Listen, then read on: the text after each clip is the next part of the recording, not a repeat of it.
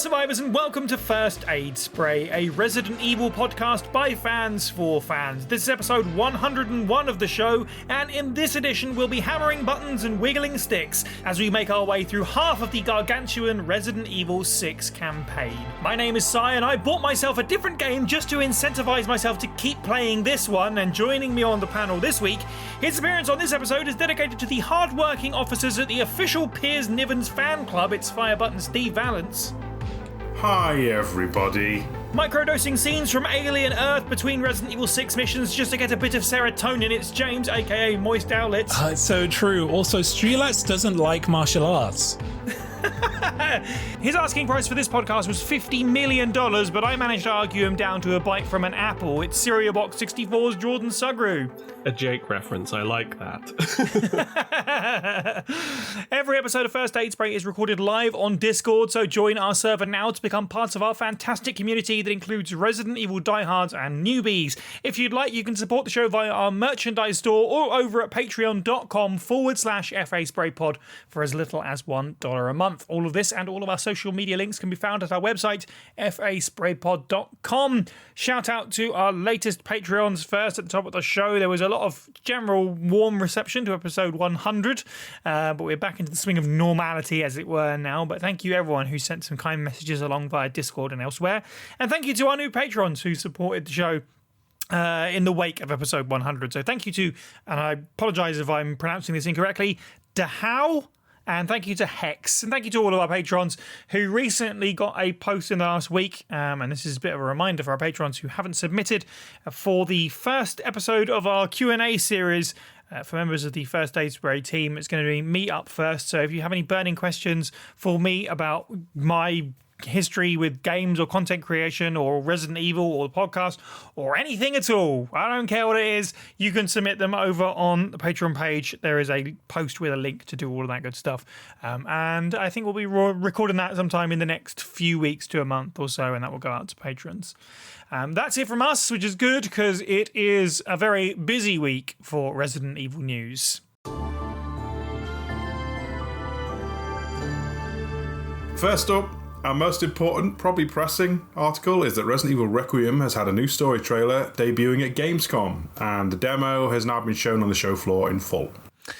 Yes, didn't really know what we were getting out of Gamescom, but a little mini featurette almost on a portion of what appears to be early in the story, certainly a flashback between Grace and Alyssa. And then, yeah, the show floor demo was, as expected, I think, the behind closed doors demo of the game from Summer Games Fest, and that is now out in the wild, not playable at all, but the people that were on the shop floor, in particular like influencers and various gaming media brands, were able to take some of their footage and, yeah, put it out there into the ether. So those are out there now if you are interested in seeing them. James, I know you talked about the story trailer over on YouTube, so Steve, let's come to you first. What was your reaction to all of this stuff? She's very human. It's cute, like the way she holds her hand out to get her mum, and she's genuinely comes across as very scared. And then I'm not sure how linear that sequence of events is in the trailer, and I say that because we've had swift cuts here, there, and everywhere before. You know, it's nice that we've now got Alyssa. We can see what she sounds like. Yeah. And she's fundamentally, it seems, as much a character as she was in Outbreak. You know, a little bit snarky. She got a bit of a stern energy with her daughter. And then the rubbishest, most blandest hotel manager gets it, but who cares? It's fine. When it comes to the demo, the weirdest thing for me is it seems fine. Like, to me, this seems like probably very early game kind of thing. And the reaction to her being quote unquote scared by some people seems almost obnoxious. Like, oh, okay, I'm sorry. Is the person who's not a combatant normally and not allowed to be a bit nervous in a horror game? Call me cynical, but is that not appropriate?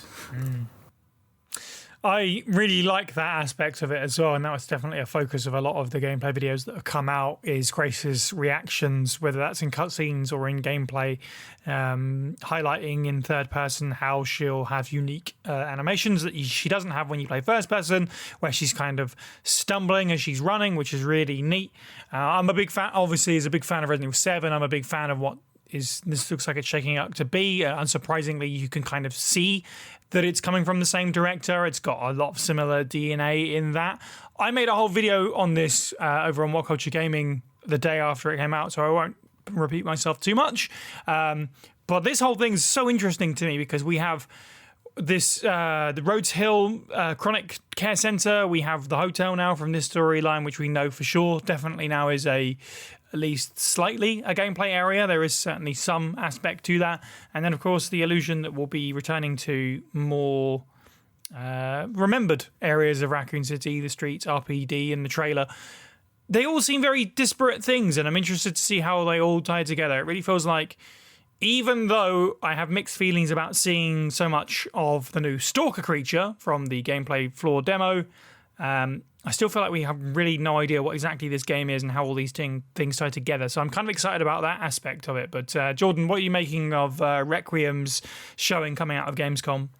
Well, I've actually seen very little of this game, and I think part of it is coming from the fact that I'm just confident that it's gonna turn out all right. I think the current track record that Capcom have been on with Resident Evil games has left me feeling pretty confident in that. I don't usually do this, by the way. I usually do pore over all kinds of trailers and reveals and showcases as they come out for games.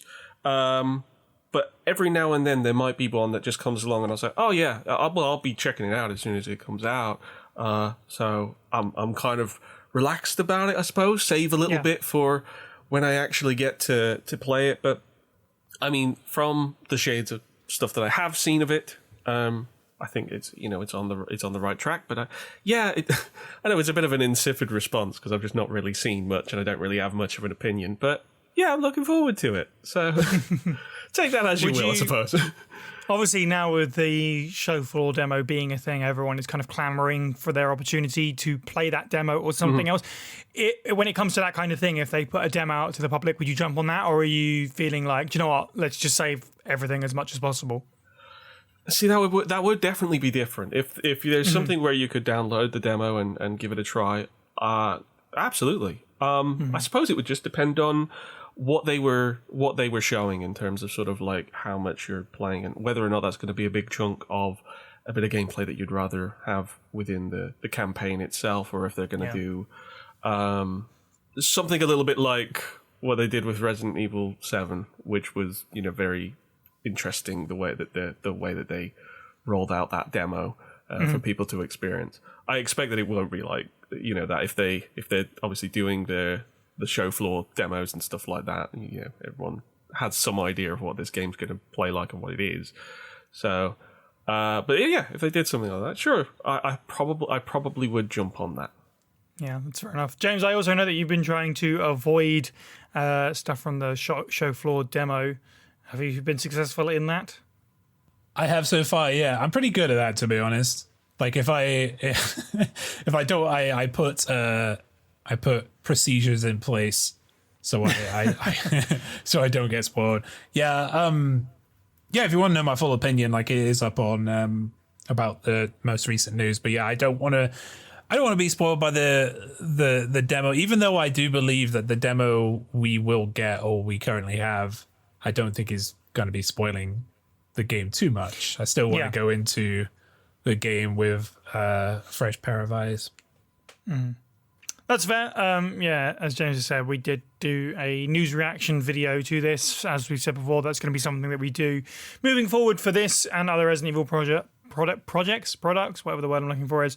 So any further trailers and stuff like that, some pairing of us or whatever, we'll get to go and do something on YouTube. So make sure you're subscribed over there. Whether or not we get any more new information or footage coming out in about a month's time, Requiem has been confirmed to be at Tokyo Game Show, which is the last week of September, 25th to the 28th. My assumption is it's probably going to be the stuff we've already seen, but in a different place. But who knows? Could be more. You never know. We are 6 months out from the game. So for my money, I would like them to start slowing things down. Like, we were on a good pace up to this point. I'm just slightly worried that with all these events coming up, kind of so close together, I don't want us to get too far ahead and see too much, because it's, yeah, like I said, it's hard to know what the scope of this thing is and what we've seen slots in, and yeah, so let's keep it nice and mysterious for my tastes. So our next piece of news. Everyone's favourite upcoming Resident Evil title, Resident Evil Survival Unit, gets a cinematic trailer. Yes, I guess kind of unexpected, because they did the showcasey thing not too long ago, and then all of a sudden the cinematic trailer comes out a few weeks following that. I don't know if there's a lot to say about this. They obviously bigged up the fact that they did like a music crossover thing with this Japanese artist, Queen Bee. It's, yeah, a cinematic trailer for a mobile game. That's kind of always funny to me, because it doesn't represent the game at all, but it's a kind of fun, high-octane visual trailer of a bunch of Raccoon City characters fighting off monsters. And I guess a few fun tidbits everyone really jumped on. Tyrant R from Outbreak showing up for a split second in the sort of outro of things, and we get to see the alligator, or the crocodile, whatever you want to call it. It's very rarely get to see that in remake Resident Evil verse, getting blown apart by the finger by Jill Valentine. Yeah, James, any thoughts on Survival Unit's cinematic trailer and the man and his laptop? Oh man, it's so funny. I need everybody to just pause it on that scene where he has that laptop in his hand and he just points. It's so anime, you know? You'd expect that in an isekai like kind of adventure, which I think this is what this app game is going to be. It's going to be an isekai Resident Evil. You are going to be in the shoes of not Ark Thompson. Yeah, I will definitely give this game a try, but I do not think I will like it. It's just, I think I said this before, but it just gives Raid Shadow Legends vibes. Yeah, I get that. And like, I made a joke in the server about, people not looking up because everybody seems to be on top of buildings, and like you got the villain coming down. It looks very Final Fantasy, which makes sense with who the artist is. And yeah, does it fit Resi? I don't know about that. Does it fit the theme? I'm not sure about that. But does this app fit Resi as well? Not really. I think it's literally meant to be there to fund future Capcom endeavors. So yay, more games. It's funny, really, because obviously we've got Requiem and the movie coming, but this will be here before all of those. So this is probably in theory, is going to come sooner. And they have been continuing to like update socials and the website and stuff. So it's certainly on its way. It's also worth mentioning, speaking of updating the website, there was an update this week with some new info on it. Not about gameplay. We still know very little about what exactly the gameplay actually entails, but there was a whole selection on the characters with a little bio for characters, including a new character called Kate Anderson, who is Raccoon City Hall's urban infrastructure department lead or something. So she's presumably like an NPC that's going to help you with your base building or whatever. But then, of course, we had the selection of returning characters from all over the series. And I will say, for what it's worth, whatever this game is, a part of me is slightly excited about it in the sense that this could actually be a silly, non-canon Resident Evil celebration in a way that RE-verse wasn't. The now, rest in peace, RE-verse. Because the website features Leon, Claire, Jill, Carlos, obviously a lot of these in the trailer, Ada, Mikhail, Marvin, Becca, and she's joined by Tyrone, which I don't think we knew before from Resistance, so it's kind of shocking to see Resistance characters, and kind of clever because they've confirmed that this is non-canon. Alongside Murphy Seeker, Alyssa, Mark from Outbreak, which I don't think we knew that, so more Outbreak in there. Another surprising one was Catherine Warren, of course, who's the mayor's daughter in Resident Evil 2, who is part of Ghost Survivors, another non-canon story. And, of course, Barry, Tyrell, Kendo, and Brad. And then to be updated, so there'll be further things from that. So who knows? You said Ark at the beginning there. It's entirely possible that Ark appears in this. It's entirely possible anyone appears in this. So that's kind of fun. fun, I guess, in a goofy way. Jordan, how are you feeling about Survival Unit at the moment? Not much of anything of it as a game, because there's just not a whole lot out about it. I suppose in about 15 years time, I look forward to it being on a top 5 list of Resident Evil games you can't play anymore. One thing I'm really curious about though is they're kind of bringing in all of these characters or enemies or bosses from sort of spin-off titles or other stuff that's maybe less canon and stuff like that. And a lot of these characters are older and maybe don't necessarily have up-to-date artwork or art assets, and I'm curious to what extent they might create that kind of stuff for them, especially because obviously based on the trailer, it's a heavy slant on the remake universe era of the games. And so that would be very interesting to see some of those characters who are kind of going as far back as the PS1 or PS2 getting that kind of makeover. I feel like I'm being a little bit optimistic there because it's a mobile game. So I don't know what this is going to look like and to what extent they're going to be creating sort of whole new art assets for it, particularly when they already have so many art assets from the recent remake games. So curious about that. And the game, it'll exist. I will exist. It'll exist. We may not necessarily be on the same plane, but we'll occupy Earth at the same time. That's pretty cool. To your point, the Barry Burton art on the website is almost like a redraw.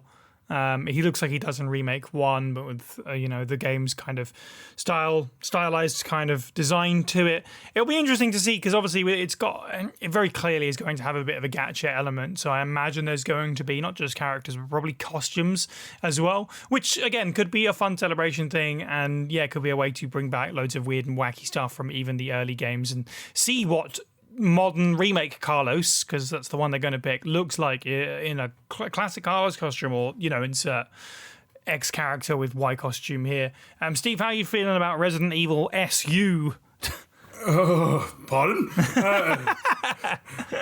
Right, so I'm not the biggest mobile gamer. I gave Tekken a go. I enjoyed it for what it was. I appreciated the fact, and I still appreciate the fact that it throws in these things that are like niche Resident Evil things or Dino Crisis things and content along that line.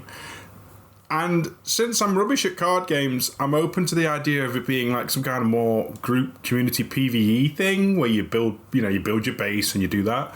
So as a game, theoretically, I'll give it a crack. I'm more excited than just the sheer fact they are, like everyone's saying, pulling things from here, there, and everywhere in the Resident Evil universe as some kind of member berry Skinner box. Yeah. There is a twisted part of me is saying, "Ooh, I wonder what they'll do." And will we see, for example, the classic Carlos in modern Carlos in classic Carlos's costume, or say current era Jill in the pirate costume from Revelations and daft stuff like that. Yeah. Dumb things. I'm in it for the dumb things. Also, in this particular trailer, which was big pachinko machine energy, by the way, very, I can almost hit is it Stephanie Serna going, hit the lever from the Silent Hill thing. Anyway, why was Batman there? I jest, but for a brief moment I thought, oh my god, they're going for a Warner Brothers crossover straight out of the gate. That's probably a thing that's going to happen in some form. Crossovers, I'm sure, mobile games and stuff. Resident Evil has crossed over into so many other mobile games, it wouldn't be surprising to see it happen the other way around this time, would it? But there you go. See, that would be fun though if they can. Totally. If they can keep a homogenous style. I'm all right for the survival horror for Fortnitification of gacha games. I guess I don't have to play it except for the podcast. Yeah, you do. So our next story, which I'm sure a lot of you already know, Resident Evil 2 and 3 are now available on the PlayStation 4 and PlayStation 5. Yes, there was no particular date for this. I think it just kind of seemed to happen out of nowhere. Obviously, we've been anticipating this since the reveal a few months ago as part of a PlayStation State of Play, I think it was, that the two games were coming to PS Plus. But I think the most important detail here that I didn't realise until I booted the store up to just take a look at them is they're not restricted by PlayStation Plus. You can just outright buy these, which, at least in the UK, some regions may vary. I'm sure over here they're £8 each, and you get the PS5 and the PS4 version with that. So, yeah, £16 for 2 classic Resident Evil games on your modern console, which is pretty cool. I chose to buy them just as a, curiosity, and also to, you got to send a message and be like, more of this, please. Just to, if it does anything, if you can spare it, why not, right? I'm being reliably told by Choji in the chat that they're around $10 US. I gave 2 a quick boot up, and it's pretty good. It looks pretty good. It's not the 3D, the seamless HD project. That's the one I'm looking for that the fans made. It's not quite that level of good, but it's been given a nice upscale. It looks very nice. It plays comfortably, and being that it's a classic game on PlayStation 5, it has the rewind feature available, which is really handy if you're like playing through the game kind of casually, or if you are at this point deciding, hey, I'm going to speed run this or whatever. It's good to rewind and try something better, and so that's a nice feature for these games. Certainly kind of correct your mistakes. I don't know if anyone else has given these a look yet, or if it was just myself, but I thought it was certainly worth chucking it into the news. Yeah, PlayStation needed the win, didn't they? Yeah. I think accessibility is always good. I hope that it's not like a death knell for any idea of a proper like bundle collection with. Yes. I want to see the Saturn stuff. I want to see the DS stuff. All the extraneous things, not just here's RE1 Director's Cut or RE2 or I don't know. I'm optimistic that something will happen eventually. What with the anniversary coming, but this is a nice foot in the door, and accessibility is always nice. And $10.99. That's pretty good. That seems like consistent with how much I paid for it several years ago, but it's on new systems, and that's fine. Yeah, I don't know about the likelihood of a collection at this point. Looking at these, but it would be nice, and there are things they can do to make it worth your money, and so on and so forth. I'm sure it will. I think depend on the response to stuff like this to see whether Capcom thinks there is an audience or a genuine interest and people willing to drop money rather than just talk about it on social media. Are people actually going to show up for it? Which is, again, why I kind of put my money down to hopefully spur them along in that. Maybe that's me being optimistic. But yeah, it's nice. And I don't know where this sits in terms of releasing them on other platforms on PC. I imagine Capcom thinks GOG will do, however some people might feel about this. In terms of other systems, I could fully see them dropping onto Game Pass all of a sudden, and probably bringing them to the Switch 2 as well as a bit of a surprise down the line. Since 1, 2, and 3 are now available on PlayStation like this, I'd actually be quite surprised if we didn't see them within the next year on Nintendo and Xbox stores, at the very least. So our last story, Austin Abrams has officially been cast in the Resident Evil film by Zack Cregger. This comes from Cregger himself. He's obviously done a lot of talking about Resident Evil in the last few months, and specifically he did a podcast where he said that Austin Abrams was his guy, and then he went on to describe the film in a few different ways that I thought was potentially quite interesting. He described it as it's not going to be at all like Barbarian or Weapons. It's going to be a rock'em sock'em film. For me, it's for me to play and turn my brain off and just get crazy with the camera. The film's not reinventing itself. This movie follows a person from point A to point B. It's weird in that way because it's a real-time foot journey where you just go deeper and deeper into the depths of hell. And it's really a love letter to the games because I love the games. This is my homage to them.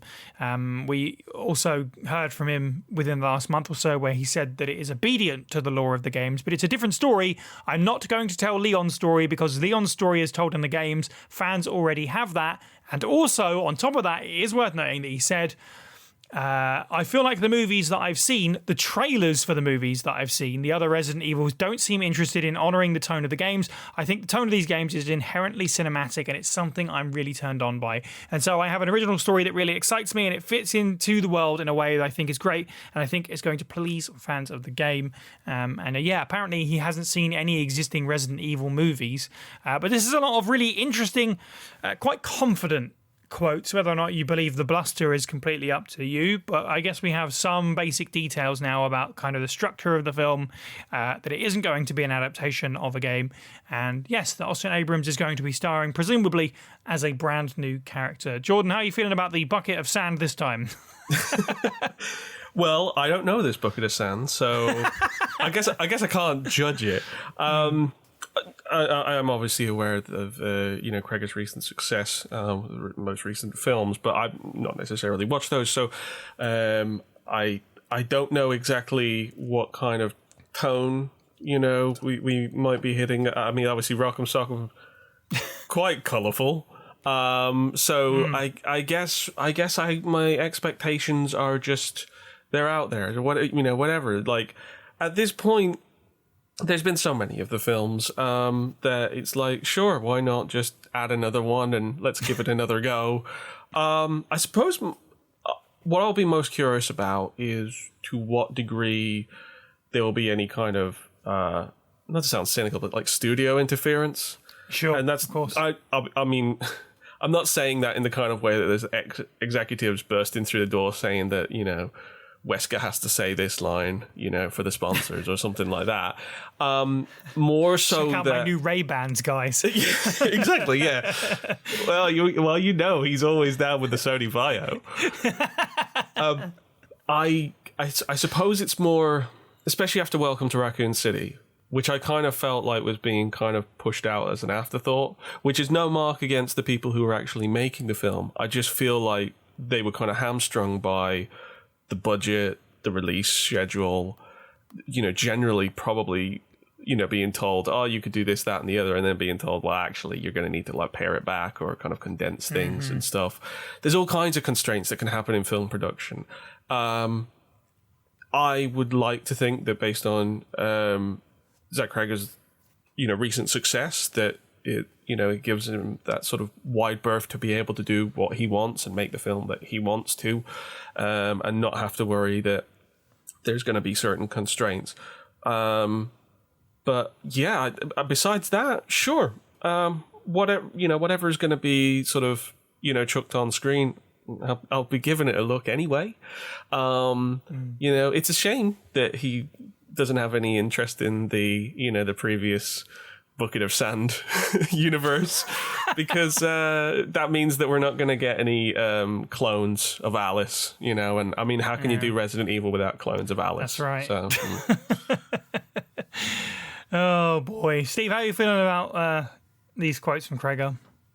Having seen Weapons and Barbarian, I very politely would like to say, I appreciate the enthusiasm. I wish I could live in your world where you haven't seen the other Resident Evil films. And show us a trailer. Yeah. I know it's too early for that. Yeah. Odd choice. Like in Weapons, spoilers for Weapons, the Austin Abrams character is like a brief POV character, and he's a junkie, like very like hard to follow, but strangely endearing. I want to say crackhead. And that is a strange choice for a lead in a Resident Evil thing. So hopefully he's a different character. But no, I could appreciate wants to do something different. A Rock'em Sock'em Resident Evil movie. Just do Weapons again. It's got POVs. I like that in a film. But that aside, I have confidence he can do a great horror film. I would like to see a trailer, and I'll leave it at that. I have not yet seen Weapons, and I'm very much looking forward to it. Obviously, the talk about that around that film is very, very positive. So yes, that just adds fuel into the fire for me being open-minded about this. I'm kind of with you. I need to see it to believe it, but some of the things he said here definitely speak to me. The idea of it being a film that takes place over one night is like, well, that actually, yeah, like most Resident Evil games would do that. I mean, they're a video game. You don't really leave the protagonist very often. So it is kind of a straight shot. So I kind of get that. And yeah, the idea that it is, and we're going to absolutely, and other people even more so than us, this film is going to get torn apart when they said obedient to the law. If he said that and it's not, it's going to be torn apart by certain people. I don't need it necessarily to be obedient to the law, but if it does fit in nicely, and you could say it's happening alongside other events, I'd be very, very happy with the direction that it appears to be taken in that regard. James, any more thoughts on Zack Cregger's Resident Evil? I always bounce off ego, like in anything. So like seeing quotes like that actually disheartens me a bit. Yeah, because we don't need bravado. It's not something we need. We don't know what your product is. You don't need to sell us it because we know what Resident Evil is already, right? Like, well, what our version of Resident Evil is. So like in each individual person has their own idea of what Resident Evil is. So I feel like once you kind of bring ego into it, like he did with that quote, it lessens my excitement. But I have also watched Barbarian and I've watched Companion, and I haven't watched Weapons yet, but I know I'll love that film. So yeah, like so when it comes to canon, because he says he wants to fit it so it does fit. That's what it sounds like to me. It's like he wants it to fit into the universe. Yeah. And recently, we've had stuff that has done that, and it's gone a different original direction, but it's still fit. And here's your first mention of Alien Earth has done that, right? And like I made a joke in, I think it was film discussion a couple of weeks ago about that. Alien does it first, and then Resident Evil always kind of comes up next and takes it, and tries to copy it in some regard. I hope they do. I hope they do that, and they kind of learn from far superior franchises. Sorry, not sorry. Yeah. But yeah, I always do bounce off ego. Like, it really puts me off. I just want to hear genuine excitement for something, passion. So when you bring ego into it, I start to kind of fog over. Like, it's like I don't really, But I hope that it is. Yeah, sorry. Go ahead. No, I completely get that. The thing for me about this is I'm really glad that he's excited about it, definitely. Yes. But the thing is, it's like, you haven't even started shooting this thing yet. How can you say it's the greatest thing since sliced bread? Like, you haven't even got into the actual production of things. I hope that it fulfills everything he wants from it, and I hope that the Bluster turns into something good, certainly. But we are about a year out from the release date right now, just over a year out, so he's certainly got time. It seems weird, but I think it is just a case where people just happen to be doing like interviews with him about Weapons, and then they talk about what's next. So it's not like the product, it's not like the marketing has truly begun yet a year in a way, but it is weird for him to talk a big game about it when it's still so early in production. I just wish. Yeah, I just wish, like, directors, writers, producers, they stop trying to sell us stuff and just do it. Yeah. Like, stop trying to sell us, because we don't know. Like, we're not a boardroom. I realize you're trying to kind of advertise this to us, right? But we have literally no idea what you're going to do. So just do it. Be passionate and excited about it, which you can clearly see in that quote, and just do it. Yeah. Nike. All right. That'll do in terms of a rather long edition of the news for this podcast, which was ill-timed because we have to talk about a rather long game, or at least parts of it, as we begin our deconstruction of Resident Evil 6. And now, reading the file Lab Reports from Resident Evil 6, Mark Lazik, who you can find on Casting Call Club at Mark-Lazik. June 20th, 2011. Finally! At last I've been chosen! The report came back that my body type is highly compatible with the C virus. No longer will I have this frail, crude body. I will be reborn as a powerful weapon. There's chance I will no longer retain my humanity. But it is a paltry sacrifice in light of the wonderful gains. This is what I've dreamed about all my life. I will be reborn. June 27th, 2011. She gave me the virus herself. What an honor. I am happy. Her touch made me cry with happiness. Couldn't stop shaking her fingers, her touch, her smile. Only for me. Her soothing voice, her good smell. She is so beautiful, my goddess. I am hers. I will do anything for her. Anything. I feel so good. Resident Evil 6, such a mammoth game that we put it off for 100 episodes. And then by the time that we got to it, we decided that the best way to handle covering this game would be to cut it up into at least a half, maybe thirds. We'll see how we get on. But for now, this podcast, as you will be aware going into it, is specifically about 2 of the 4 campaigns, Chris and Piers and Jake and Sherry. So, since we're talking about a game, let's talk a little bit about the behind the scenes. Resident Evil 6, of course, entered production in 2009, just after Resident Evil 5 was released.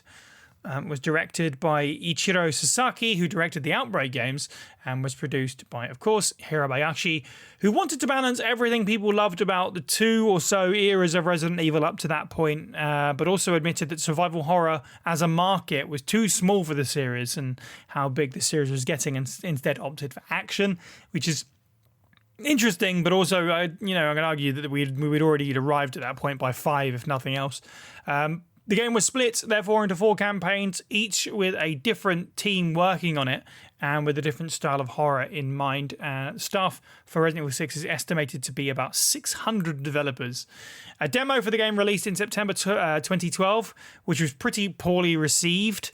And then massive leaks actually came about not long after that, because copies of the game were stolen and then sold in Poland. So all of the hype and speculation for the game kind of died off before it released, because everything was on the internet around that point.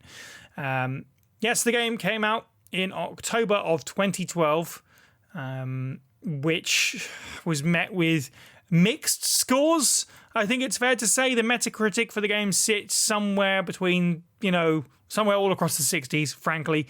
Destructoid gave it a 3 out of 10, but elsewhere it got sort of 6 out of 10s from Edge and Eurogamer.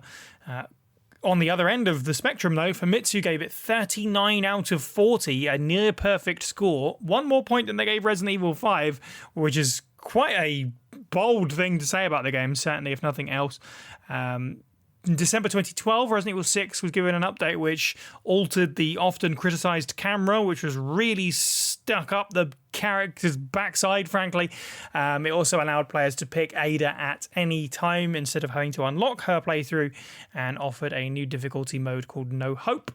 The game sold far worse than Capcom anticipated, and the company had to lower their goals. However, within the first year, it became one of the company's best-selling titles regardless, and as of now, the PS3 and Xbox 360 version of RE6 is the 13th best-selling Capcom game at 9.7 million copies, and the PS4 and Xbox One re-release, and I think everything thereafter is included, is 26th on the Platinum titles with 4.10 million, which makes it overall in the top 5 or so Resident Evil titles when you look at combined SKUs. So even though it was met with mixed to terrible response, it has gone on to be a massive seller for Resident Evil for reasons that I think are quite hard to define outside of its always on goddamn sale, and maybe just people being curious to see what it's actually like. In terms of when it came out, let's talk about our previous experiences with the game. Steve, do you remember the lead up for RE6? Do you remember the hype? Do you remember the hype suddenly dying off? How did you feel about it upon release? See, I missed all this leak stuff. I didn't realise that the whole treatment had got out before the game released. Yeah. I remember being swept up in the initial trailers because it's pitting Leon against Chris. And oh my god, Leon looks so old, and why is Chris so grumpy? But there wasn't much emphasis placed on Jake and Sherry, which is a shame because they try and get built up, don't they, to be the next generation, so to speak. I was very much in not my sunsetting of the fandom, but I was a bit hurt because I had already gone through Operation Raccoon City. Yes. And that was a fun time. 6 hours of fun, and oh wow, what a waste. Not to mention that we were I think we'd already had Dead Space 2, Mass Effect 3, lots of third-person shooters with horror-adjacent things in them, not necessarily horror-themed always. So I was cautiously optimistic that this would be a bit scarier from what was shown in the trailers. Now obviously that's not how it shakes out. I was actually very quote-unquote fortunate, though apparently not as fortunate considering what you've just said. One of my friends got how games break street dates? Well, apparently in Poland they broke them very fast. But my mate got it a week before release. Right. So I managed to play Resident Evil 6 a whole week ahead of time. And I even have a video recording. I'm not going to share with anybody because it's old YouTube cringe. It's too painful for even me to really sit through.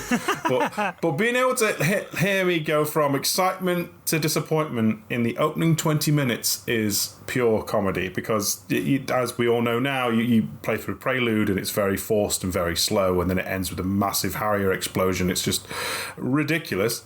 So I definitely felt my dreams getting crushed. I had a very similar thing with the demo when it came out. I played the demo. See, I don't remember playing the demo either. I didn't realise that was public. I thought it was only bundled in with the game or something. It was bundled in with Dragon's Dogma first, but then a week or two later it came to the public, and I remember playing the demo. I wasn't particularly excited for it, frankly, because, as I said before, I was in a weird place with the series after RE5, which is a game that I did enjoy playing with a friend, but I was firmly in the camp of, what have they done, to my Resident Evil with RE4 and 5? I really didn't know how to take it. And then Revelations, which I quite enjoyed, but as you said, Operation Raccoon City was a wet fart, and so the general feeling around the series was one of distrust, frankly. And then the demo came out, and I thought the demo was terrible.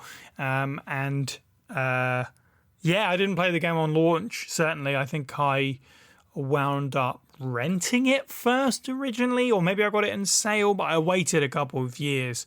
I distinctly remember an old photo of me looking absolutely distraught at the idea that I finally have to press go on this thing and try it. But the general feeling around the game and its flaws were everywhere. They were a big talking point of the year. Resident Evil 6, the big flagship Resident Evil, with all of its QTEs and its overstuffed campaigns and so on and so forth. People were making, as I've alluded to at the beginning there, songs about wiggling sticks and hammering buttons, and the general feeling was, oh, this is bad. So I think most people knew going into it, or had a general feeling of what the general reception was, and that painted people's hype for it going in. So, yeah, like I say, I put it off because I had only heard bad things, and the demo didn't exactly entertain me much, and goodness knows when I finished this the first time through, it certainly wasn't when the game released or when I played it for the first time. I just, dragged myself through the shards of glass that are Resident Evil 6 many, many years later. Jordan, do you remember Resident Evil 6's release? Did you play it? Did you enjoy all the memes? Memes before memes?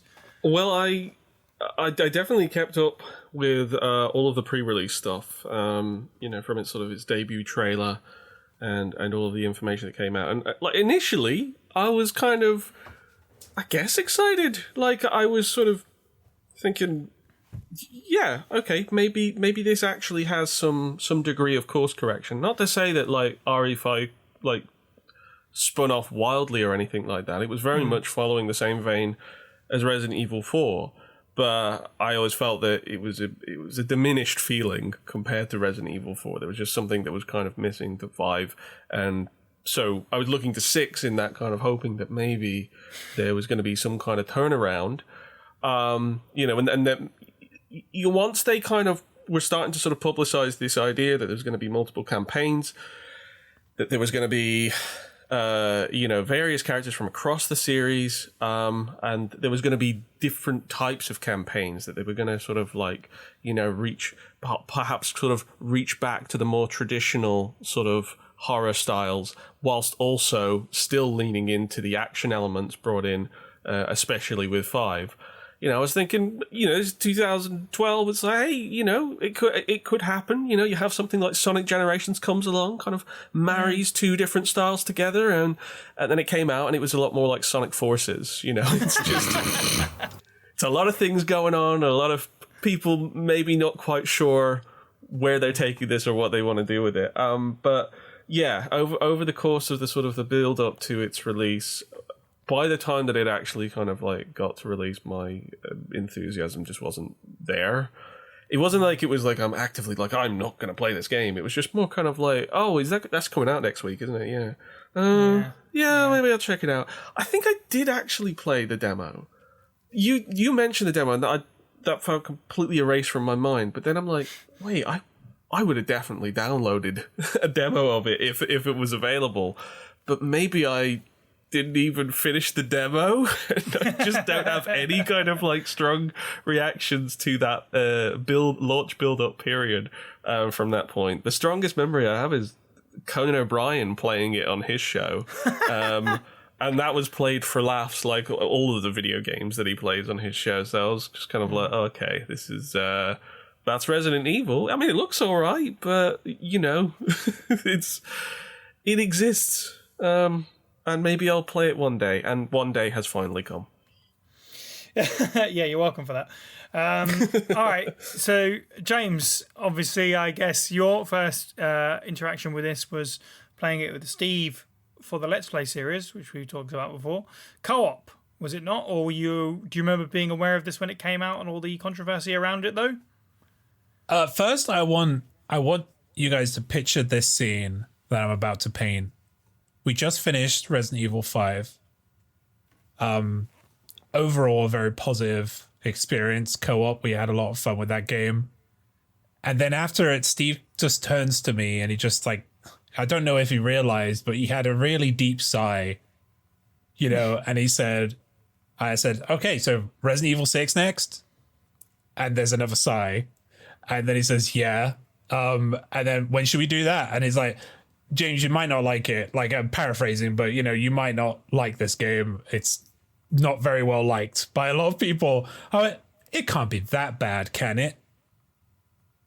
And that stuck with me for years because we immediately played it, I think, the next week. And yeah, we did play co-op. I chose to go pure melee because it's the only thing that worked for me in that game. Then I realized the game had a stamina bar, right? And then it sucked. And then I, slowly during that playthrough and during kind of lead up to this podcast, I got it. Yeah, I got why people were very upset. Because I mean, cart before the horse in my conclusion, but it's not a good game. Oh yes, we'll get into that. So yeah, the way this is going to work is we will talk about Chris and then Jake's campaigns separately. But before we get into those campaigns, we can talk about the general game feel and the general gameplay. Because even though each campaign is supposedly themed differently and has a different kind of horror, that might be a conversation in itself, the gameplay is largely the same throughout, as you'd expect. It's a quote-unquote evolution, if you like, of the Resident Evil 5 and Resident Evil 4 style, except you can move and shoot. In fact, you can slide and shoot and roll around, but it is a Resident Evil of that type, is what they were going for. So let's talk about general game feel. I think for me, the first thing is the movement in this game is atrocious, frankly. It really, I can't help but laugh because I play this game so infrequently that when I do go back to it, just moving around and then sprinting around as a character is really funny because they all control like cartoon characters in roller skates. And I don't mean they're fast. I mean that bit where they stand on a spot and they flail around trying to balance. There's like no weight to anything except when you're running, and then characters look like they should be moving way faster than they actually are. They're like running through treacle. It's so weird, the movement in this game. And it took me so long on this playthrough, and this probably happens every time, right? It starts out really rough, and then the more hours I slog through, it gets a bit easier. But it took me so long to click with like the sliding and stuff in this. And it is...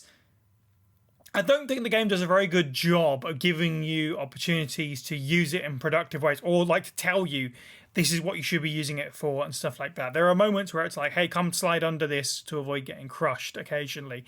But in terms of in combat, they don't really teach you about it. And sliding is kind of cool and kind of fun. It doesn't feel like it's meant to be the kind of cool and fun it is. It feels like you're breaking the game sometimes, rolling around on the floor like one of the Three Stooges. But that kind of wound up working for me and actually overall made the game more enjoyable than it was in the first half before that bit clicked with me. But yeah, Jordan, how you feel about the general game feel of RE6? I've got a lot more, but I don't want to, Oh my gosh. Game feel of RE6, where to start?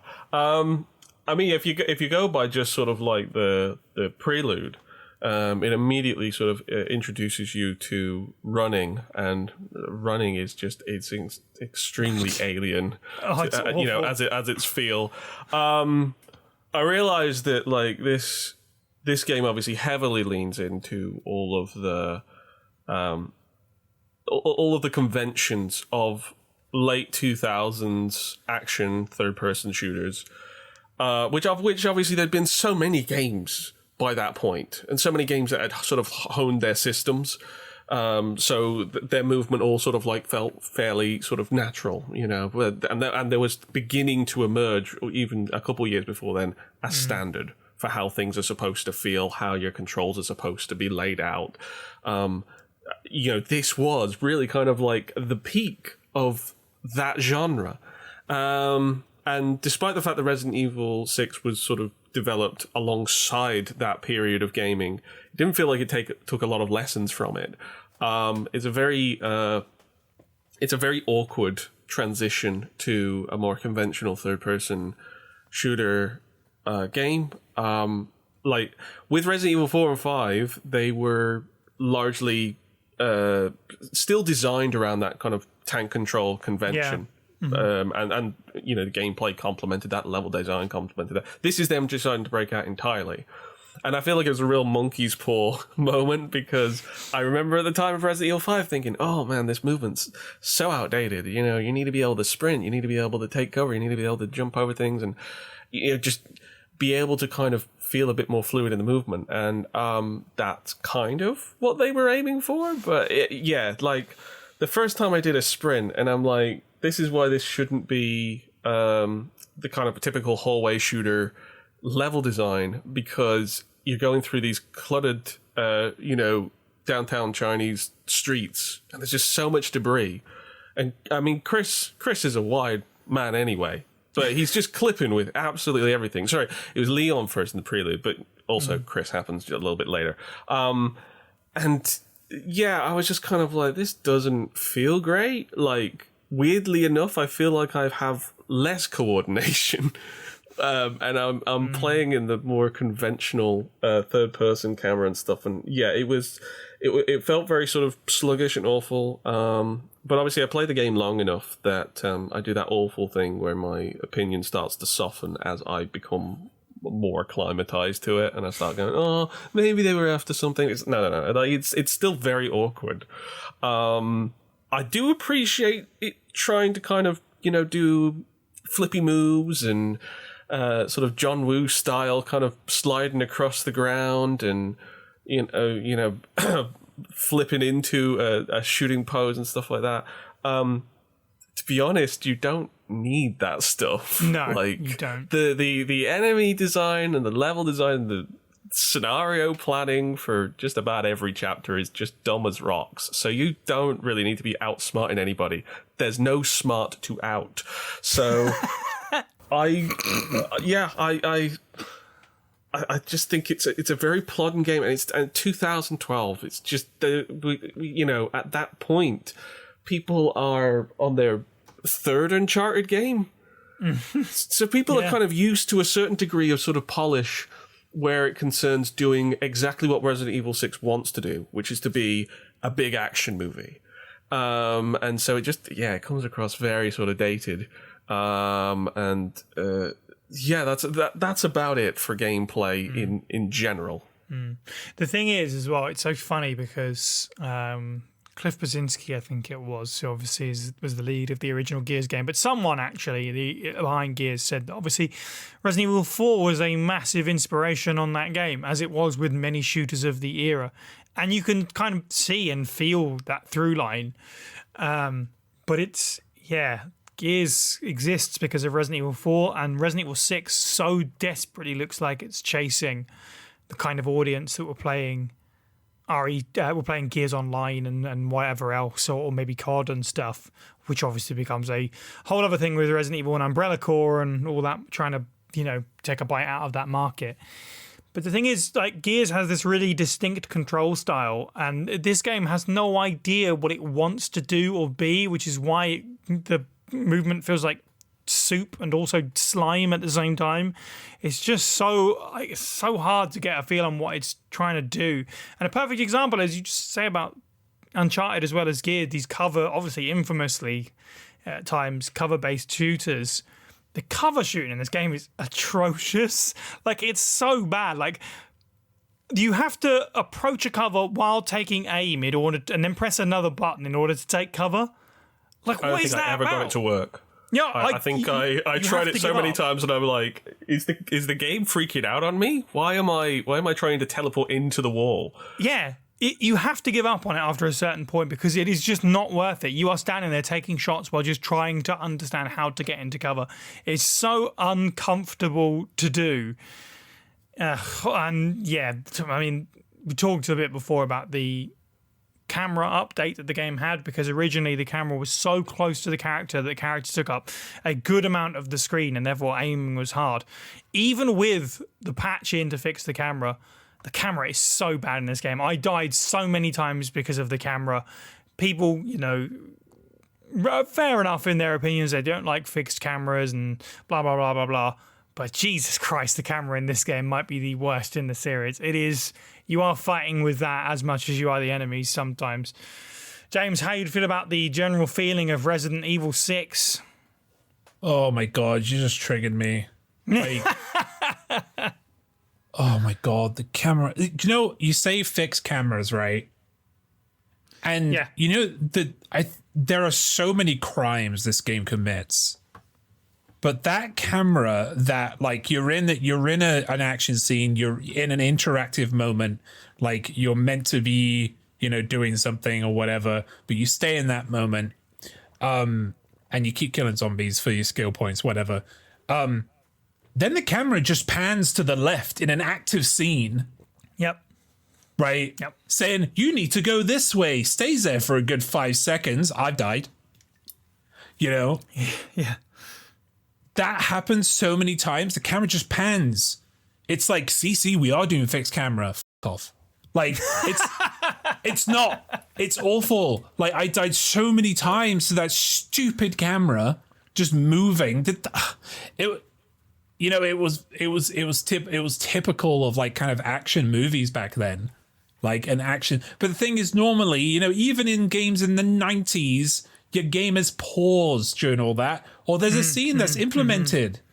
You don't like the amount of there's it's just the gameplay. No. There were times where you would be at a door, right, and you'd try and open a door, and your mate is your co-op partner is right next to you, right, and you try and open that door, right. Then they put their hands just on the handle, and then they get tripped from underneath them.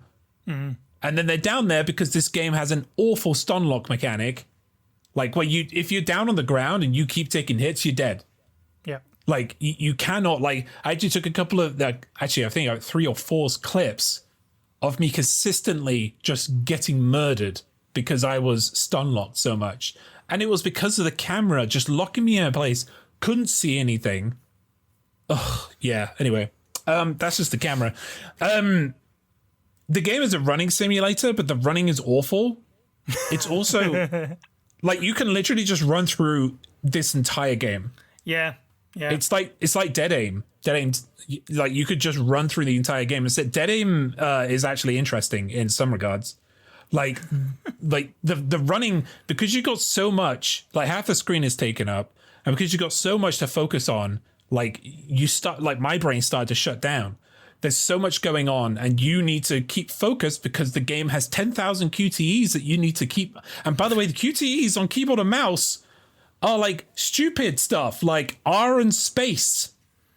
And, you know, like it's dumb stuff. And it'll be like E at one point. I mentioned in our admin chat that this game has 3 different action keys. I realized RE5 did, but because of the way this game's implemented them, like, you know, like co-op doors are V as an action, single doors are space, and then to pick things up, it's R.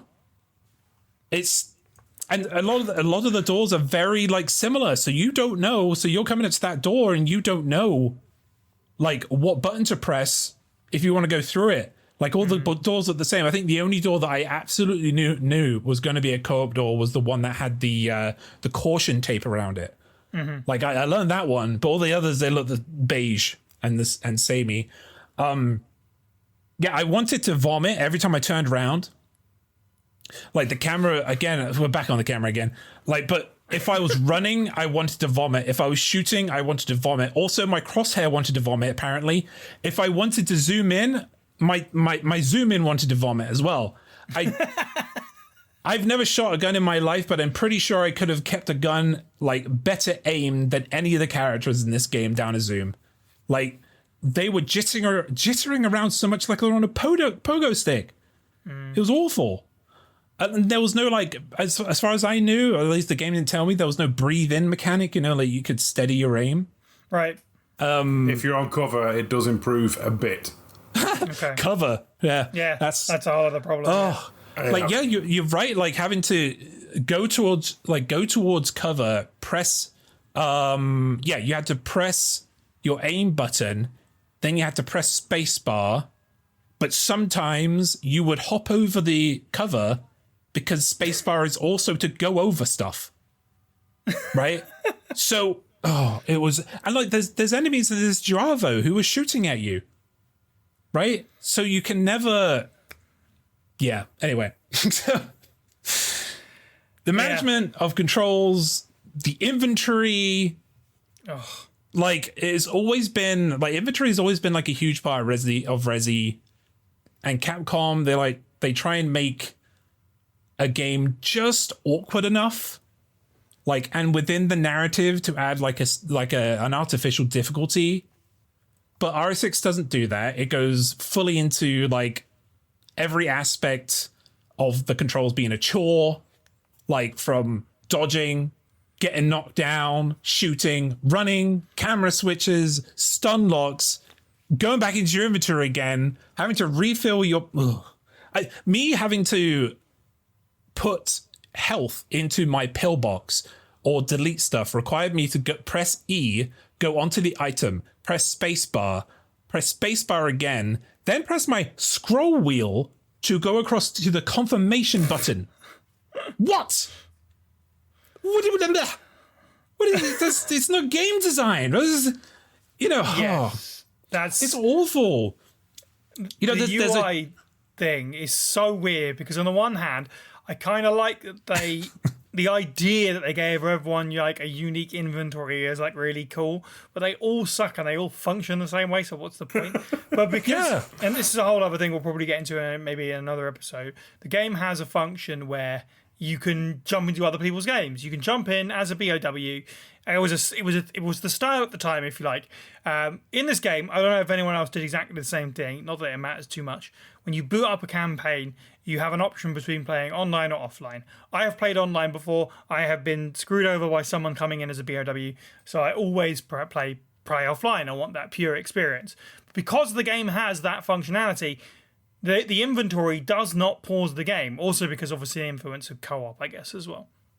So that doesn't help as well when you're trying desperately to sort through your items, get your herbs combined and then in the box so that you could then heal while you're under fire. And also, just to add something to that, scrolling through weapons, which is just left and right through like 6 or 7 weapons. You can't like hot set them or anything like that. You just have to scroll through the lot. Like the UI is so frustrating. It's awful. Like the game being this much hard work. Yeah. Like it leads you. I think I wondered that again. The top 3 crimes of this game is that because the game is such hard work to actually play, you can't experience the game itself. Like you can't play because you're too busy trying to juggle all these buttons and menus and QTEs. Like every QTE that came up, I did not see what happened. You can try and like quote a cutscene to me right now, and I will not be able to place it because I was too busy focusing on when a QTE was coming up, which is why QTEs are trash. Like they're bad, right? Because like, you're too busy focusing on that moment, like on trying to get that. You're not focusing on, there's I think there's some games that have done QTEs well. I do not like it when it's an interactive QTE, like, and when it makes it really janky too, like when you're trying to crawl up things, your character looks like they go, oh, and then they put the hand down. It's like, I'm just trying to press my left, right click, just go up the freaking ladder, Leon. You know how to go up a ladder, It's so annoying and frustrating. It's incredibly overwhelming. Like there were moments, like Kel's put it in the chat earlier on, that he had to play this game in 60-minute stints because it's just too much. And completely correct, because I had to do the same thing. I couldn't play it for very long. I am going to add to that as well, if I may, is I kind of mentioned this at the beginning of the podcast, so I might as well just put it in here now. I was going to wait. After about 2 chapters of playing through Chris's campaign, I went online and bought myself Astrobot, the PlayStation 5 bright, happy, fun game of the year last year, satisfying to play platformer, bright, colourful, happy, feels good. The DualSense is great. It's got all this functionality, make you feel good kind of game, because I just needed something as an incentive to keep playing. Be like, well, if I do this chapter, I can then go and play some more Astrobot to like cleanse my brain and then come back. And I actually got to a point where I was like, I need to stop playing Astrobot and go play Resident Evil 6. Otherwise, I'm going to run out of Astrobot, and then I'm going to have to drag myself through the rest of this without this bright, happy, fun platform. You won't have a treat. Yeah, exactly. That I'm carrot and sticking myself with a video game. Like, that's where we've gotten to at this point. It's absolutely atrocious. And we talked about it again in the admin chat before we recorded. We kind of made mention of it. The fact that you can get an autosave to load from when you die, but it's different if you save, like you quit the game and be like, I'll come back to this checkpoint later. That's a different autosave. You can quit. You can see the saving. You can quit out, and it'll be a different checkpoint from earlier in the mission. Is horrible, because especially because of the length of the missions. They are roughly an hour, but they feel so much longer because it's such a slog. And you can die, obviously, and it takes a lot longer. If you accidentally quit, like I did once, and have to redo something, I was just like, no, I'm out for a while. I'm not redoing that right now. It's so dumb. There is so much like macro and micro terrible decision making in this game. Steve, we've all ripped into it. How do you feel about the gameplay of RE6? You love it. Pretty much the same. Okay. I do have a short list of virtues. Don't worry, it won't take long. Okay. As an action game divorced from the Resident Evil IP, this has potential as a arena battler. With the way you can run, and you have contextless melee button now. You can do melee attacks. You can charge. You can dive. That all feels very fun when you're hitting melee enemies. It also has a very good skill-based counter. It's generous enough that even like, an amateur can get a few counters in, whereas if you're really good, you can turn it into a complete tour de force. You can manage your own health, and you have a stamina gauge you can keep up by using the same means of those tablets. But then you have to contend with the fact that the UI changes with most characters between other characters. Your loadouts for said character in their campaign mode is always the same. You can't add your own flavour and spin with it like you could with RE4, RE5. Costumes are locked. Progression is limited entirely to the skill point system, which is awful. Aiming is terrible unless you turn laser sights on, like, a traditionalist. That's just me being a git against the game's forcing crosshairs. I'm knocking people who like them. I just prefer laser sights, same as in Dead Space. Yeah. The main crime of this game is the camera. It breaks away from the other Resident Evil games in that, or specifically the over-the-shoulder Resident Evil games, that when you are moving, the camera is not stuck to your back. You can still, you could spin Leon, Helena, Chris, anyone in a flipping 360, disorientating. You could just run towards the camera, and the camera isn't allowing you to do that. None of the other RE games allow you to do that in a movement fashion. You could spin the camera around sometimes, get a decent view. I think. Actually, no, I think the remakes of 2 and 3 have allowed you to do this, but it's a lot more measured. In this, the weight to your character's movement, it seems to apply mostly to the turning circle or when they're sprinting, can completely throw you off. And it disorients. And it's just, couple that with all the other complaints everyone else has said, and it's just throw in some kind of mediocre enemies, especially a lot of them being like hit scans or rifles or assault, just soldier dudes in a game about shooting monsters. It's not a good time. It's not a good time. The other thing as well about the one, we're just going to sit here and bully the RE6 camera like it deserves. So the one last thing on the camera as well that just doesn't fit with the game is that these various sections. There's a lot in Jake and Sherry, but I think they're just throughout the game. And they occur, Jordan has kind of mentioned in the prologue, where it's like you're running towards the camera while something's chasing you or exploding behind you. Stuff just doesn't work. Like the fact they thought that was okay as it was is just awful. Like the camera and the controls do not fit together. It should have been something that was more deliberately locked into a certain place. There's way too much ability to free movement left and right and just accidentally get out of sorts. The sprinting doesn't feel good. All of that stuff and oftentimes it will just suddenly you'll be doing that. And it's like the game's right, run towards the camera. And I'm like, okay, out of nowhere. And you'll die most times at least first because it just comes out of nowhere. That stuff sucks. But yes, that I think you've absolutely ripped it to shreds. Let's talk about Chris's campaign first of all, which is the horror of war was the general idea. Whether or not that comes across in the gameplay, again, is perhaps up for discussion, but it is a part of the story. Which is, I didn't really put any notes here, but broadly, if you don't know, Chris's Resident Evil 6 campaign is about him being picked up by BSAA agent and his partner, Piers Nivens, after he suffered from amnesia. We see a flashback of what caused it, the loss of his team, and then, I guess, like a big concussion after he gets knocked over, and him chasing down who he thinks is Ada Wong, spoilers for a game that's however many years old, and his sort of tale of vengeance and that kind of thing. But let's talk about the gameplay of Chris's campaign before we talk about the story in terms of the pacing, the tone, how he felt about various missions. This is more of a general point, but it does fit into Chris's, I think, perhaps more than anywhere else, just to start one, is that this game really tries sometimes to have that resource balance that a survival horror game has, despite the fact that it's not a survival horror game, and that the devs, the producer said, hey, survival horror is a market that's shrinking. I don't know if anyone else had the same experience that I did. Maybe it's just my gameplay. But what I mean by that is, of course, in good survival horror games, many great Resident Evil games, you always feel like you're just slightly underprepared. You've got a few shotgun shells left. You've got half a clip of handgun. And you just got to keep moving forward. And hopefully, and RE4 is brilliant at this because obviously it had the sort of the the modified difficulty thing, where depending on how good you were doing, it would give you more of what you needed and so on and so forth. So you're going forward in RE6, hoping for the best, using your ammo, and you're constantly feeling like you're scraping through. But the whole game is not based around that kind of feeling of just scraping through. It's an action game. It's not a survival horror game. So having almost no ammo all the time really sucks.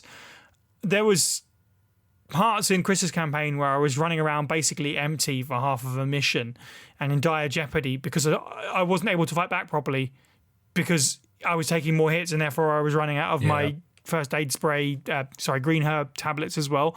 So I just had nothing. And it's like, this is not what this game is for. This game is clearly an action game, especially Chris's campaign. Give me loads of ammo and let me shoot lots of monsters. That is what you're going for. They're trying to cake and eat it here for me, and it just didn't work at all. And to hop to the end, Jesus Christ, I had a horrible time with the final boss because exactly the same thing. I didn't have any resources. I had to look up what the kind of tricks were because it wasn't really clear what you're actually even meant to be doing in terms of when you were meant to be shooting at the boss and when you weren't, and this kind of thing, especially playing solo. On co-op may be different, but God, Jesus, it was a slog even more because of that, because it gives you all these enemies to fight and all these weapons to fight them with. And then I was running around with 3 shotgun shells and half a dozen bullets and been like, this sucks, man. I'm not going to make excuses for it, Si, but the fact you play it solo is very interesting because me and James initially we were going to do the Let's Play. We tried to do it in split screen, and the ammo is shared in the worst possible way in split screen, in that you can't, like... In normal co-op, everyone gets the instance of ammo regardless. So there is double the amount of ammo. But what you're experiencing in solo is kind of what me and James did in split screen, which is where we just did not have enough bullets to do anything. The game is tailored around co-op play, but it's tailored around online co-op play specifically because double the amount of bullets. And that definitely sounds a hell of a lot like the same problem we were having. Very frustrating. But even more so if there's two characters trying to spread that little amount of ammo around. It's just not as... And I get maybe it's trying to push for, like you said, the melee system, which is cool. And I hadn't really thought about this in the first game where you just like openly allowed to melee whenever, even beyond just using a knife. But yeah, the sort of restrictions of the stamina bar and the restrictions of health items make that tricky as well. Steve, how did you feel about playing through Chris's campaign from a gameplay perspective, from missions and so on and so forth? The setting and the story is what mostly drew me in. Chris's campaign and the enemies within it are very tedious to fight. The Juavo have this annoying thing where they mutate when you blow various parts of their limbs or head away, which is, in theory, very interesting. But they also have... It's not quite iframes, but they have a long transformational sequence, and you can just pour bullets into them, and then when the transformation sequence is finished, they'll either still be going or they'll be dead. And they'll just suddenly, and then the animator suddenly had a heart attack and they died. It kind of, it's not fun. And when you sink a clip into a bad guy and then he just falls over stone dead after growing a massive sprouted arm, it's kind of anticlimactic. And that happens a lot, especially with Chris, because he has just like a big, scary assault rifle and a pea shooter for backup. He's got the COD loadout, assault rifle and handgun. Pierce, on the other hand, he gets like a funky little burst fire assault rifle, a machine pistol, and then the biggest, scariest anti-material rifle in Resident Evil history, especially sub-magnum power, but also devastating.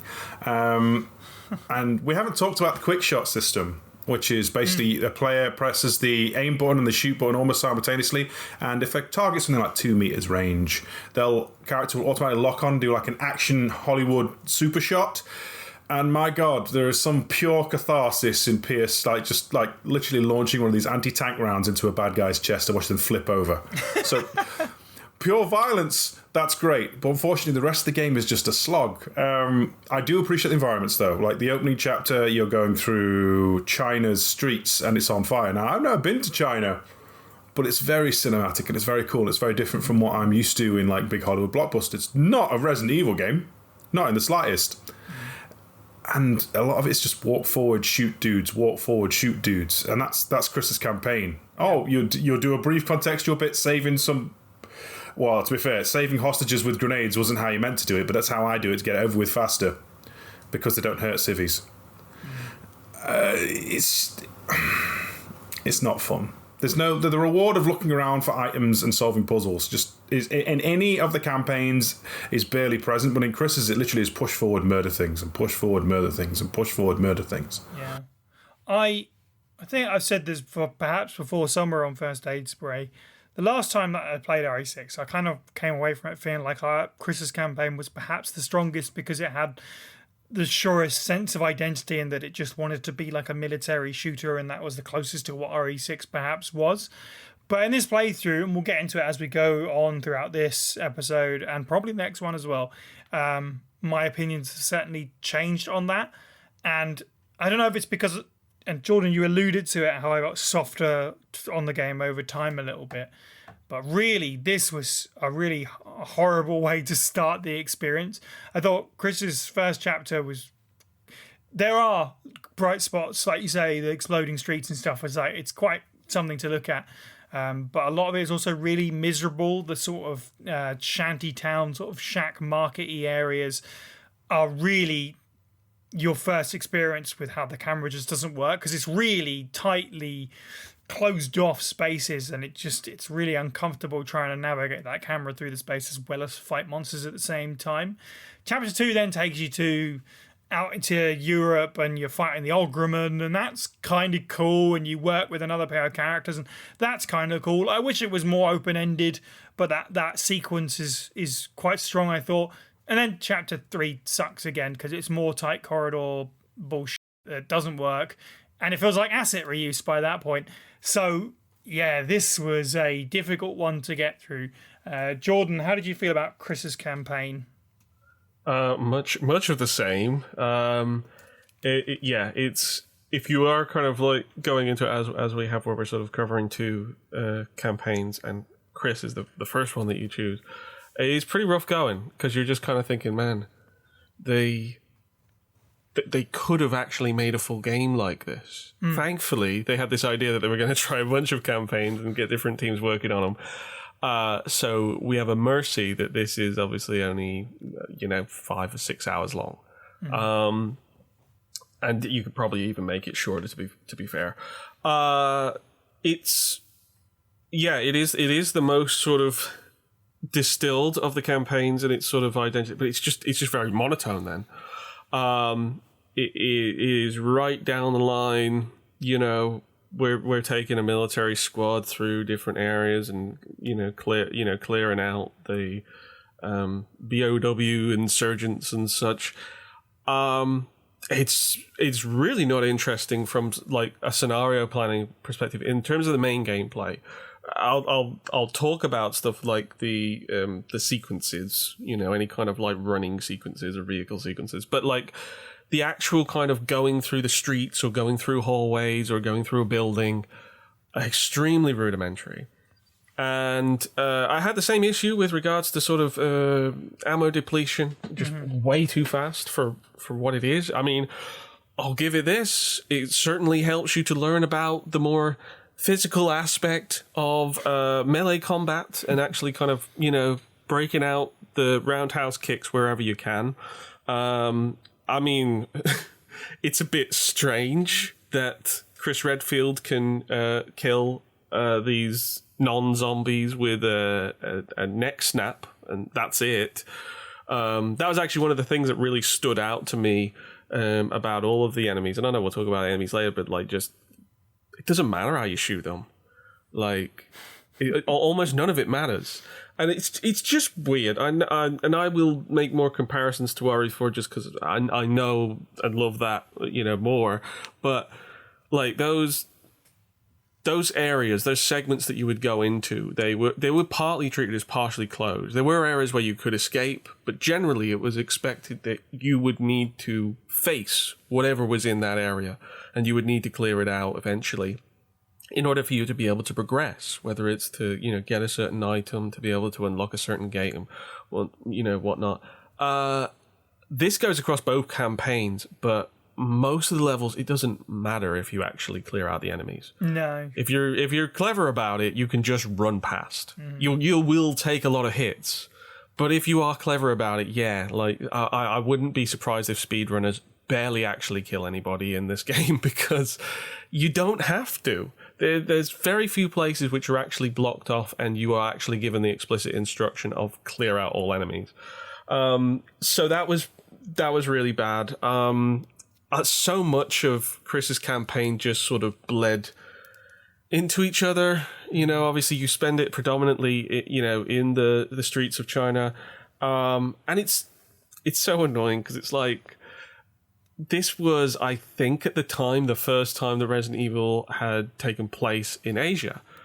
That should be really exciting as a prospect, because, I know what that was like when it was with Resident Evil 4 and Resident Evil 5. It wasn't just that it was a change from being based in North America. It was the fact that, like, you were exploring, architecture and locales in a different kind of setting, and it was all obviously often very quite claustrophobic, and really kind of built up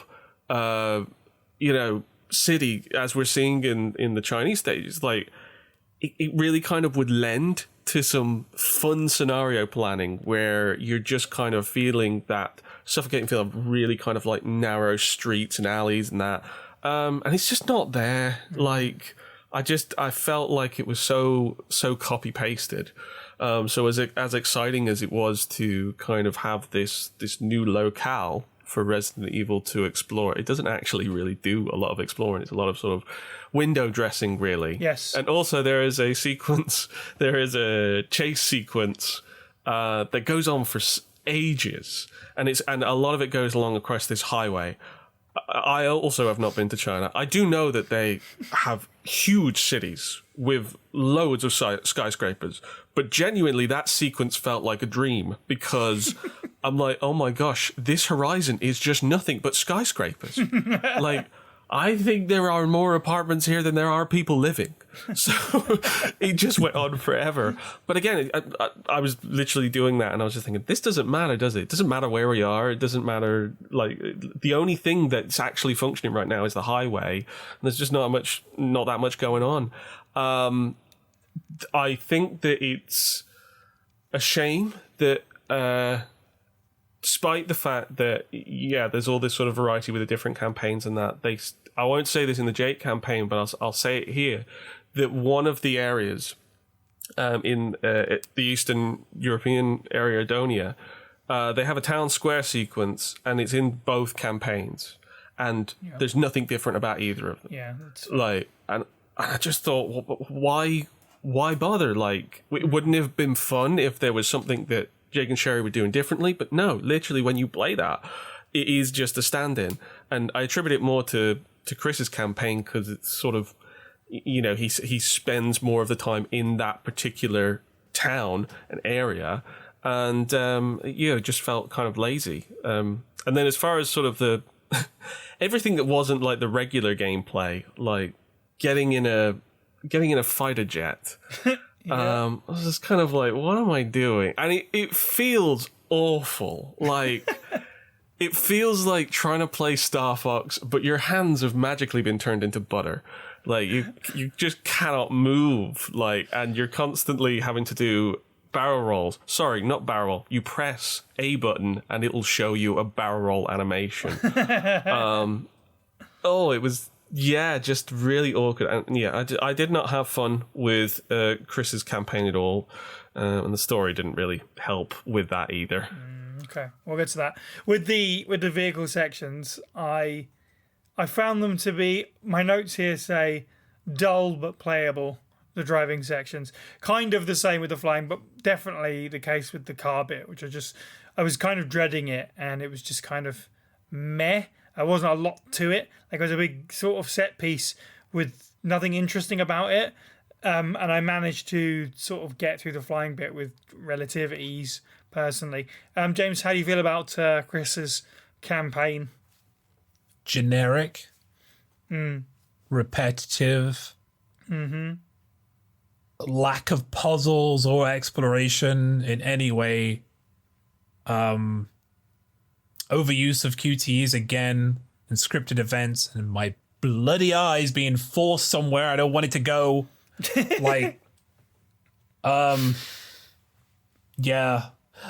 like the asset reuse is quite funny, like especially with the boxes and stuff, because when towards the end of the campaign, you start seeing, I called them spider boxes because they look like big rectangular boxes that had just been skinned and put like kind of metallic webbing on them, which was a lot like the base towards the end as well. That was never fully explained. Like the base had this metallic webbing inside it, and it was just there. It's just there for a reason. I would have like, and I feel like, normally when I see those kind of details, I like to go deeper and I like to have I like to theorize about it. But this game didn't deserve that because I don't think they even thought about it. They just thought, oh, that looks cool. Just like the spiders in the intro scene. I thought, sweet, we're gonna get spiders. Actually, we're gonna get spider men, not spiders. Like, because we got those weird spider people that crawl along the. Oh man, yeah, those things. And it's more like a comedy. That section in particular was kind of one that sticks out because that was a comedy to me.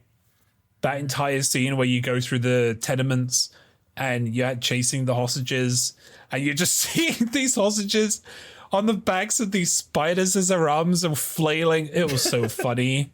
Like, and yet it's completely straight. Yep. Painfully bizarre. Painfully straight. That's the thing. Oh, it was so funny. Why were they taking hostages in the first place? Well, that is going to be my first point of the story. Was like, I don't understand. Chapter, like you said, James, there's an underwater base for no reason really explained. That's the whole game for no reason really explained. Chapter 1 has you saving hostages from BOWs. Why are BOWs taking hostages? I don't know, but what I do know is this game, in particular, this campaign, this is the writing. It's just like boneheaded military hard-on stuff. It's just like gruff men in tack gear are yelling call signs at each other. Who knows why the BOWs are taken hostage, but you have to get Alpha to Ace of Spades via the Queen of Hearts and Diamond 3. Like, what? What's going on? Do you think somebody actually went, well, hold on, this is about bioterrorism. Terrorists take hostages. We will have the BOWs take hostages. They don't need ransoms. They don't know what a ransom is, but they're just gonna pick somebody up and run around, and it'll be a fun house. Oh boy, it's I mean, I've gone through a lot of the stuff in the general gameplay, but like it didn't bring anything. I actually played Leon, so I played 3 campaigns for this so far. I played Leon, and then I played Chris, and then I played Sherry and Jake. And the I know, Sai, you said that the UI changes were kind of neat, but I found them incredible. In concept. Right, yeah.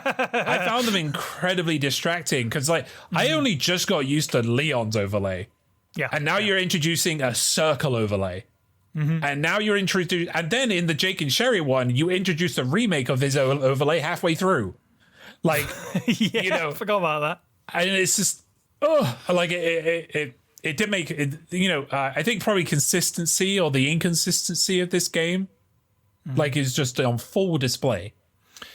Throughout all of these. But yeah, Chris, I do agree with you though, Sai, that I mean, I haven't technically played the Ada one yet, but like I do feel like the Chris one is the most complete and makes the most sense, and I heavily put quotation marks on that. Like, and I'll get Shiniest into turd award. Yeah, I'll put more into the story, but yeah, it's just repetitive, generic. Nothing resi. There was nothing resi there. Like RE5 had resi elements. It had puzzles. It had exploration a little bit. I just want to jump in. There's one thing that's just come to mind that really annoys me that RE6 does that I think would help a lot, especially when it comes to the storytelling in these. RE5 had a similar problem in that the lore files were all basically like incidental. You could read them and move on, and you can't carry them with you and refer to them or check puzzles. 6 does something even worse. Yes, this is worth mentioning, yeah. Yeah, so the collectible medals you've had in like most Resident Evil third-person action games or whatever, as like a collectible thing for an achievement or a costume or whatever, they're tied to the lore in RE6. They give you like the background stuff, and you have to go out of the game, and then you have to go back to the main menu, and then pick an extra menu to even learn any incidental information outside of this. So you won't know why the Joavo are taking hostages, or why there's like 4 million different playing card suit code names, or any of this nonsense, unless you like hunt around for hidden packages in the environment to shoot, or hidden emblems. Sorry, and that is atrocious, especially considering that, like, you know, in terms of gameplay terms and storytelling terms. You, for example, do you remember the bit in The Hobbit where, you know, they had to go and stab a goblin just to get a note, and then they had to go back to the first page to find... No! Oh, I'm sorry. I didn't mean to interrupt. It just jumped to my mind, and if I didn't say it then, it wasn't coming out. You're totally right. As we move on to talking about the story, the fact they actively try to hide the story from you by making it missable collectibles that you have to shoot, and then they're hidden in a menu. And then on top of that, sure, most of these files are like out of world exploration for what's going on. They're not like diaries from characters. The actual files that take place in the world, you needed to log on to RENet to read those versions of the files, which are like expanded versions of the one in the game. They just made like, all these hoops to dive through. So any of the files that you hear throughout these RE6 episodes, they're from the RENet versions of the files. They're not even from the game, which is just, I despair. Let's talk about the story of Chris's campaign, which I've talked about, kind of give you the sort of rundown of kind of the high points, or the sort of synopsis, I guess. I have negatives, but I also have some positives to talk about. So I'm gonna wait and do mine. Steve, how do you feel about the plot of Chris Redfield and Piers Nivens? Okay, in the grand opera of Resident Evil 6, this is probably the most superfluous. I'm sorry to all the big Resident Evil, like Chris stands out there, your boy, he kind of got shafted. In that it's more, his actions could be completely cut out of the entire game. I know, there's a big scary bioweapon that appears at the end, and it would end the world that had no build-up until that chapter. Great. But it's mostly about Chris having a PTSD breakdown, and his colleague, friend, some fans ship them as lovers, I don't really know. His best bud, and who probably brought him into action a little too soon, Piers Nivens, trying to go through a conflict zone and fulfill their BSAA objectives. And the main thrust of it is just seeing how Chris goes through it, breaks down, Piers tries to build him up, then Leon comes, they have a fight and have a pep talk, and then things start to shape up and get a bit right. All the while, Carla, whose surname I'm not going to try and pretend to pronounce right, Radames, I think. Nostradamus. She's out to destroy the world and harass this one soldier specifically for some reason. That's the bit that gets me. She's like specifically teasing and tormenting Chris and just goading him, while Piers is trying to keep him on a level heading. And I think that's what makes Piers so endearing. He's like willing to talk to Chris and trying like, are you crazy? What, you're getting people killed? It's basically Gears of War's bromance if Marcus was the one losing it instead of Dom. Sorry for anyone who hasn't played Gears of War. You had your time. All right, okay. I'm going to get into this now because you said a bunch of things there that I really want to jump off from. I think, to a certain extent, you're absolutely right. This is the most perfect example of how Resident Evil 6, despite all the crazy events and explosions and all the stuff that happens in it, don't really have an effect on anything in the series. I literally said, as I've mentioned this before, playing through the series with the Size Guy right now, I said, you probably don't need to play RE6 because it doesn't really matter. Like, it doesn't really affect anything. We kind of end up where we start with this game. Like, all the events that happen come around in a big full circle and it doesn't have a big effect. And obviously, a big example of that in this game, and a point of frustration, is that there is a scene late into Chris's campaign where he hints at retirement. He says to Piers, I'm going to hand him my gun once we've saved Jake. And it's so frustrating because in the next few hours, that cool idea of a character conflict of Chris Redfield hanging up his weapon, you know, there might be listeners hearing this and being like, no, never, but at least it's an interesting story thread.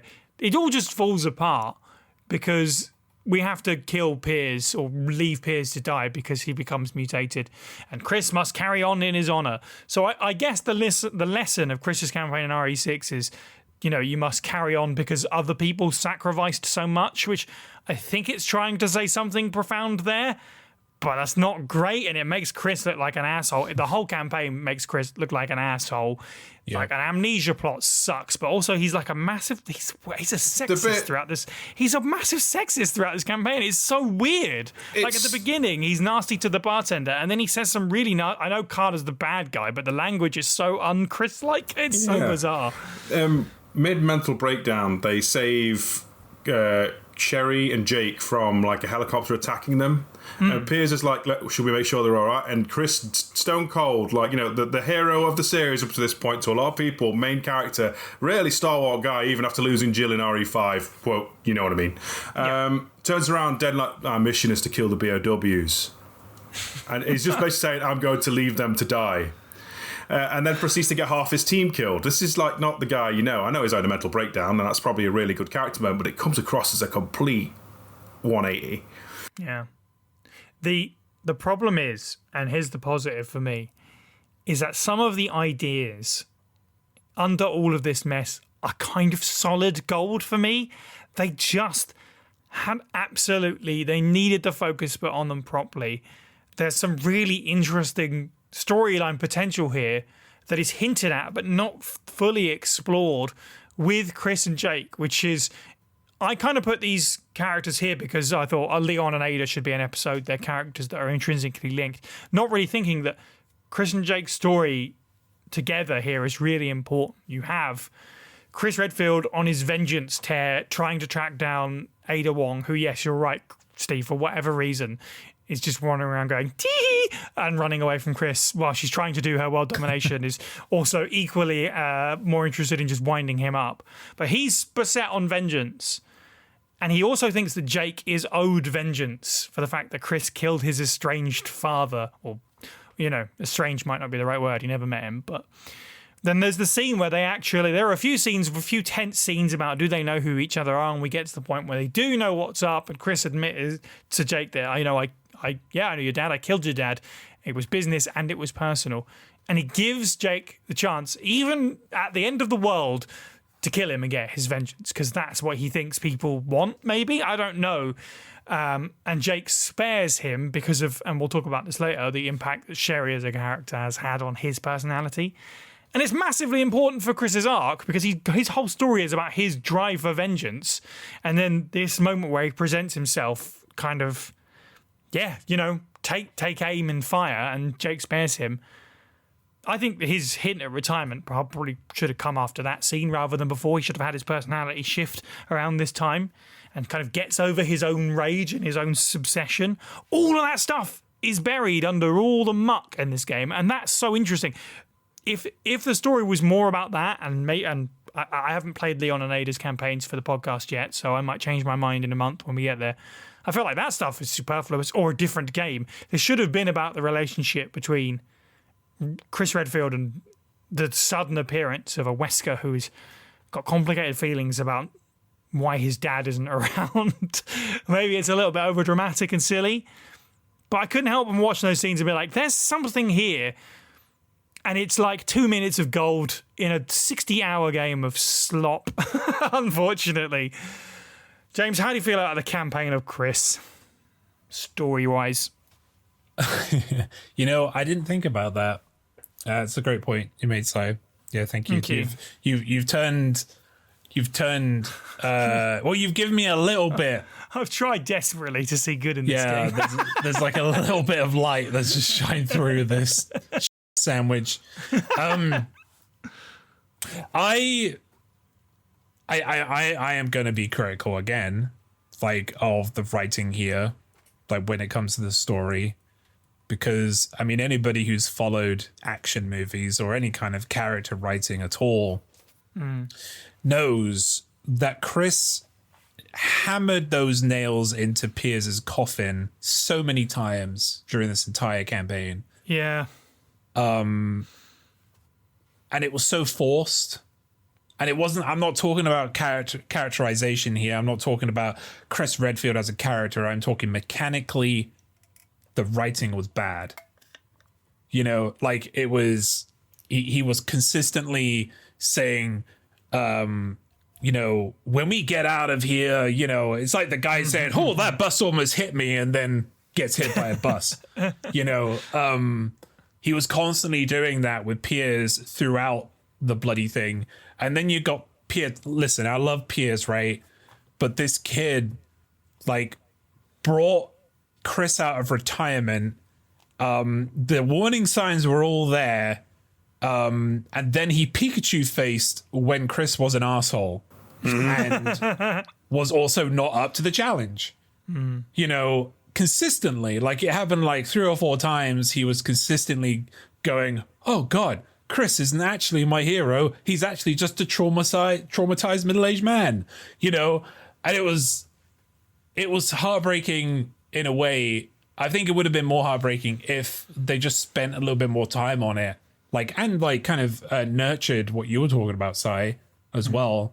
And that, instead of doing the full circle, the Ouroboros, some might say, and just kind of just going back on itself, they should have, they should have built out. They should have built it parallel, you know, and expanded on that, those story beats.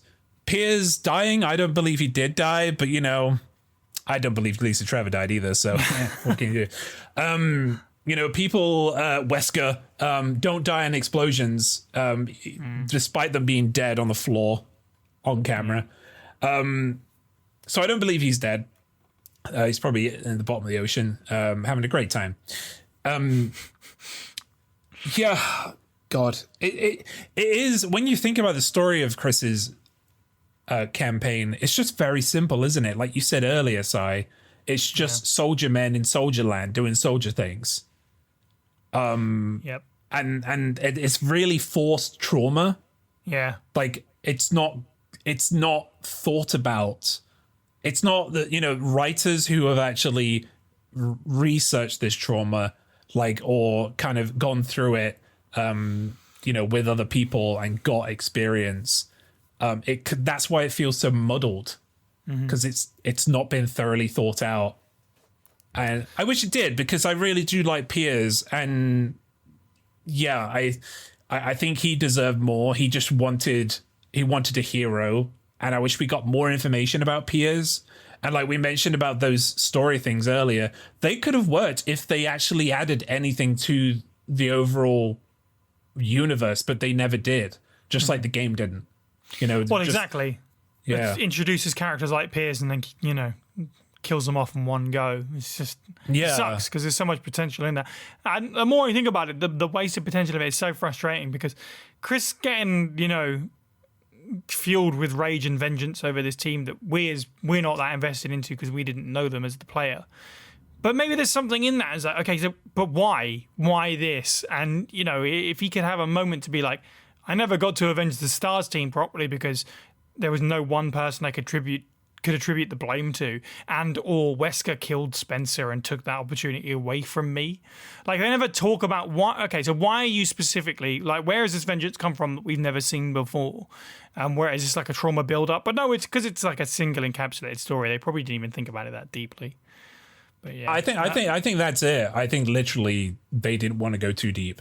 Yeah, absolutely. I think they probably had. Well, maybe they might have had a story that was deep at one point.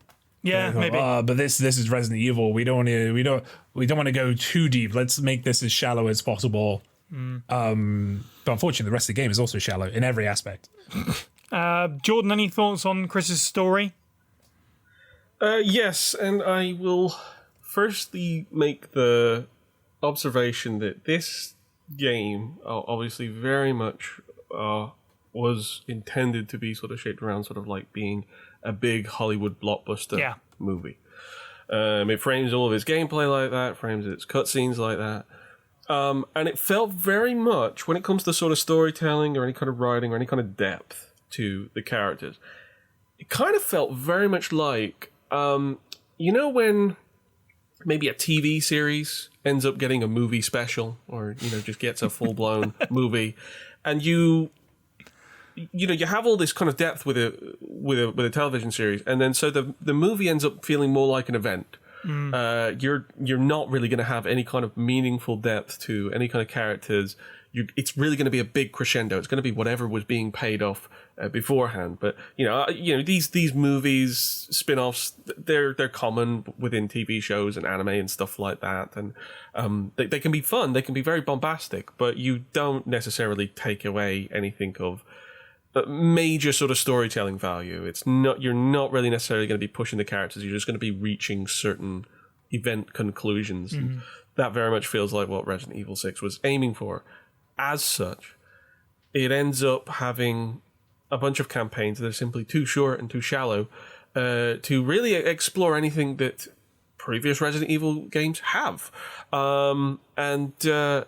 Especially with Chris's story, I think it's probably a subject matter that was simply not something that the writers were equipped to handle and deal with and explore ultimately to a degree that was justifiable for actually sort of pursuing it in the first place. I mean, so you have done more work for actually putting across the idea successfully than the game did, because I kind of went through it and I felt like there was no arc for Chris.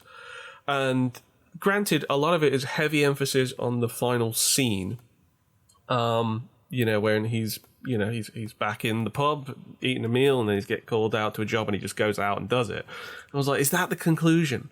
It's like this guy's kind of, he's got so much of a sort of like a burden of sort of, guilt and PTSD, and he literally goes out and just goes and relives it all over again during the campaign. And then he ends up obviously losing, the guy who brought him back into the fray. And his lesson learned was that, I'm just going to go out and do my job normally now. Thanks, I'm cured. It didn't hit any kind of like note that I thought was palatable for what they were covering. But it could have been good. But I didn't understand what they were trying to see as sort of Chris's growth, and I just don't think he grows. Arguably, Piers has more of a growth, really, because it actually sort of goes through things. It actually has, literally a transformation, but still, like, he's somebody who comes in as sort of like adoring of Chris, and becomes a hero himself through that. And speaking of heroes, because Chris just does not come across as a hero at all.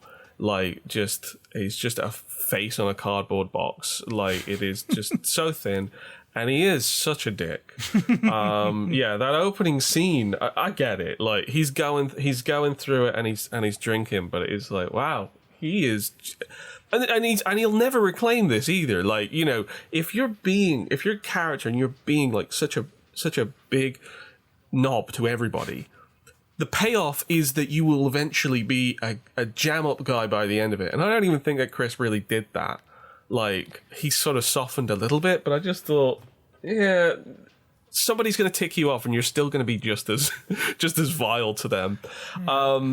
I will say, so, like, some of the cutscenes were kind of neat. I mean, I did actually quite like the opening sequence for his story, where he is in the bar and he's being drunk and horrible, and then obviously Piers comes in and sort of telling him, like, we want to sort of pick you up on this job, and he's like, no, I'm not going to do it. He's like, well, what about now? It's like, oh, okay, maybe I'll do it. And then, like, all of a sudden everybody in the room just gets up because it's the rest of the team, which I thought was a funny little sort of cinematic touch. I was like, I like that, because it's like, it's a instant recruitment and also possibly an intervention, because he's been drinking a lot.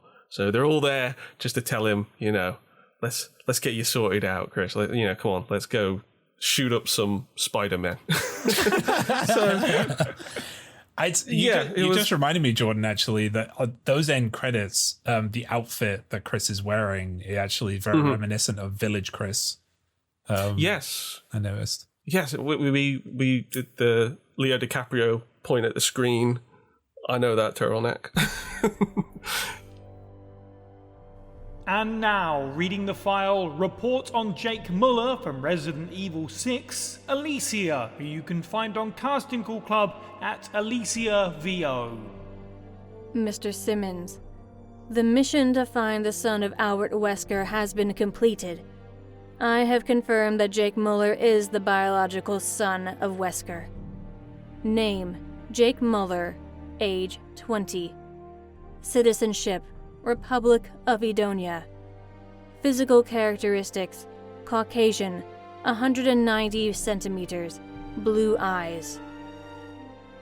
He has been in the employ of Edonian mercenaries for 5 years, has trained or fought in all parts of Europe, the Middle East, and South America. A DNA sample from Muller proved his relationship to Wesker. Wesker's alleged immunity to viral infection has manifested itself in Muller. Unfortunately, the DNA sample I attained would not be enough to assist with C-virus research. A bodily fluid, blood, saliva, or bone marrow sample would be required. It is my recommendation that you dispatch your top agent to secure a tissue sample from Muller. End. Update. I have confirmed that Jake Muller's mother has died of illness. Details of her are scarce, but we learn that she was born in Edonia and immigrated to America in her early 20s, where she became pregnant with Albert Wesker's child. She then returned to Edonia with Jake without telling Wesker of his birth. All right, let's put that aside then and talk about the other campaign for this podcast, which is Jake Muller and Sherry Birkin. I guess the plot synopsis for this one is actually kind of simple because it's basically just Jake, because he has the blood of a Wesker in him. It's good. That's good blood, that is. So he's got he's got a resistance to the C virus, which is this year's hot new trending virus. And Sherry Birkin, who works for the government now, must extract Jake from a civil war in Eastern Europe and bring him to the US so that his blood can be used, the antibodies in his blood can be used to create a vaccine for the C virus. That's pretty much what how it goes. It's get Jake out, but they are unfortunately chased by a big scary monster called the Ustanak, which is... Well, we'll get there. Okay, so that is the synopsis. In terms of the gameplay of Jake and Sherry's segment, yeah, it's kind of similar. I guess it is kind of different. The theme of horror this time around is the horror of being stalked, apparently. This is kind of where some of those terrible chase and runaway sequences really bear their head for me, but I've already mentioned that. This one's a weird one. I've said before, as I played through this, playing this second, I softened a bit on this one in places. I think the latter sort of 3 chapters maybe are okay for Jake and Sherry, but I do think it has some of the worst bits of the game in it at the same time. I'll get into those. James, what did you think of the gameplay of Jake and Sherry? Oh, gameplay. Yeah, missions and all that fun stuff. Oh. Everyone loves talking about gameplay in RE6. That's what I've learned. Yeah, so I'll talk about the ones that are not in conjunction, that don't kind of marry up with Chris. Yeah. Chris and Piers' one. Like, I like that the beginning of this game feels very village-like. Snow-capped. In terms of its aesthetic, like the buildings all out. I'm wondering if they took inspiration from this place is it Edonia? They're in that point, or is it somewhere else? Yeah, it's Edonia. Yeah. God, they just made me remember that whole bloody plot point. Yeah, that was cool. That was nice to see. It was nice to have a different skybox and like environment because. Like Leon and Helena and Chris, I know we're not talking about that, we will later on, but Chris and Piers, it was all very samey and Like, it was nice to see something different. And like, there is a lot of difference, and whether that is good or bad, yeah, that's, you can argue for both, because it's like, it does feel like all these locations like were kind of thrown in a box, and then just poured out, you know, onto a table and go, yeah, we'll do that, you know, at some point. Yeah. Yeah, God, I'm trying to. Sorry, my brain. James is not well, so my brain is working.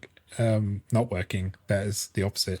Yeah, and in terms of the gameplay, I love that. I love that Jake gets this massive, like, magnum. Like, it's like the size of his Elephant leg. killer.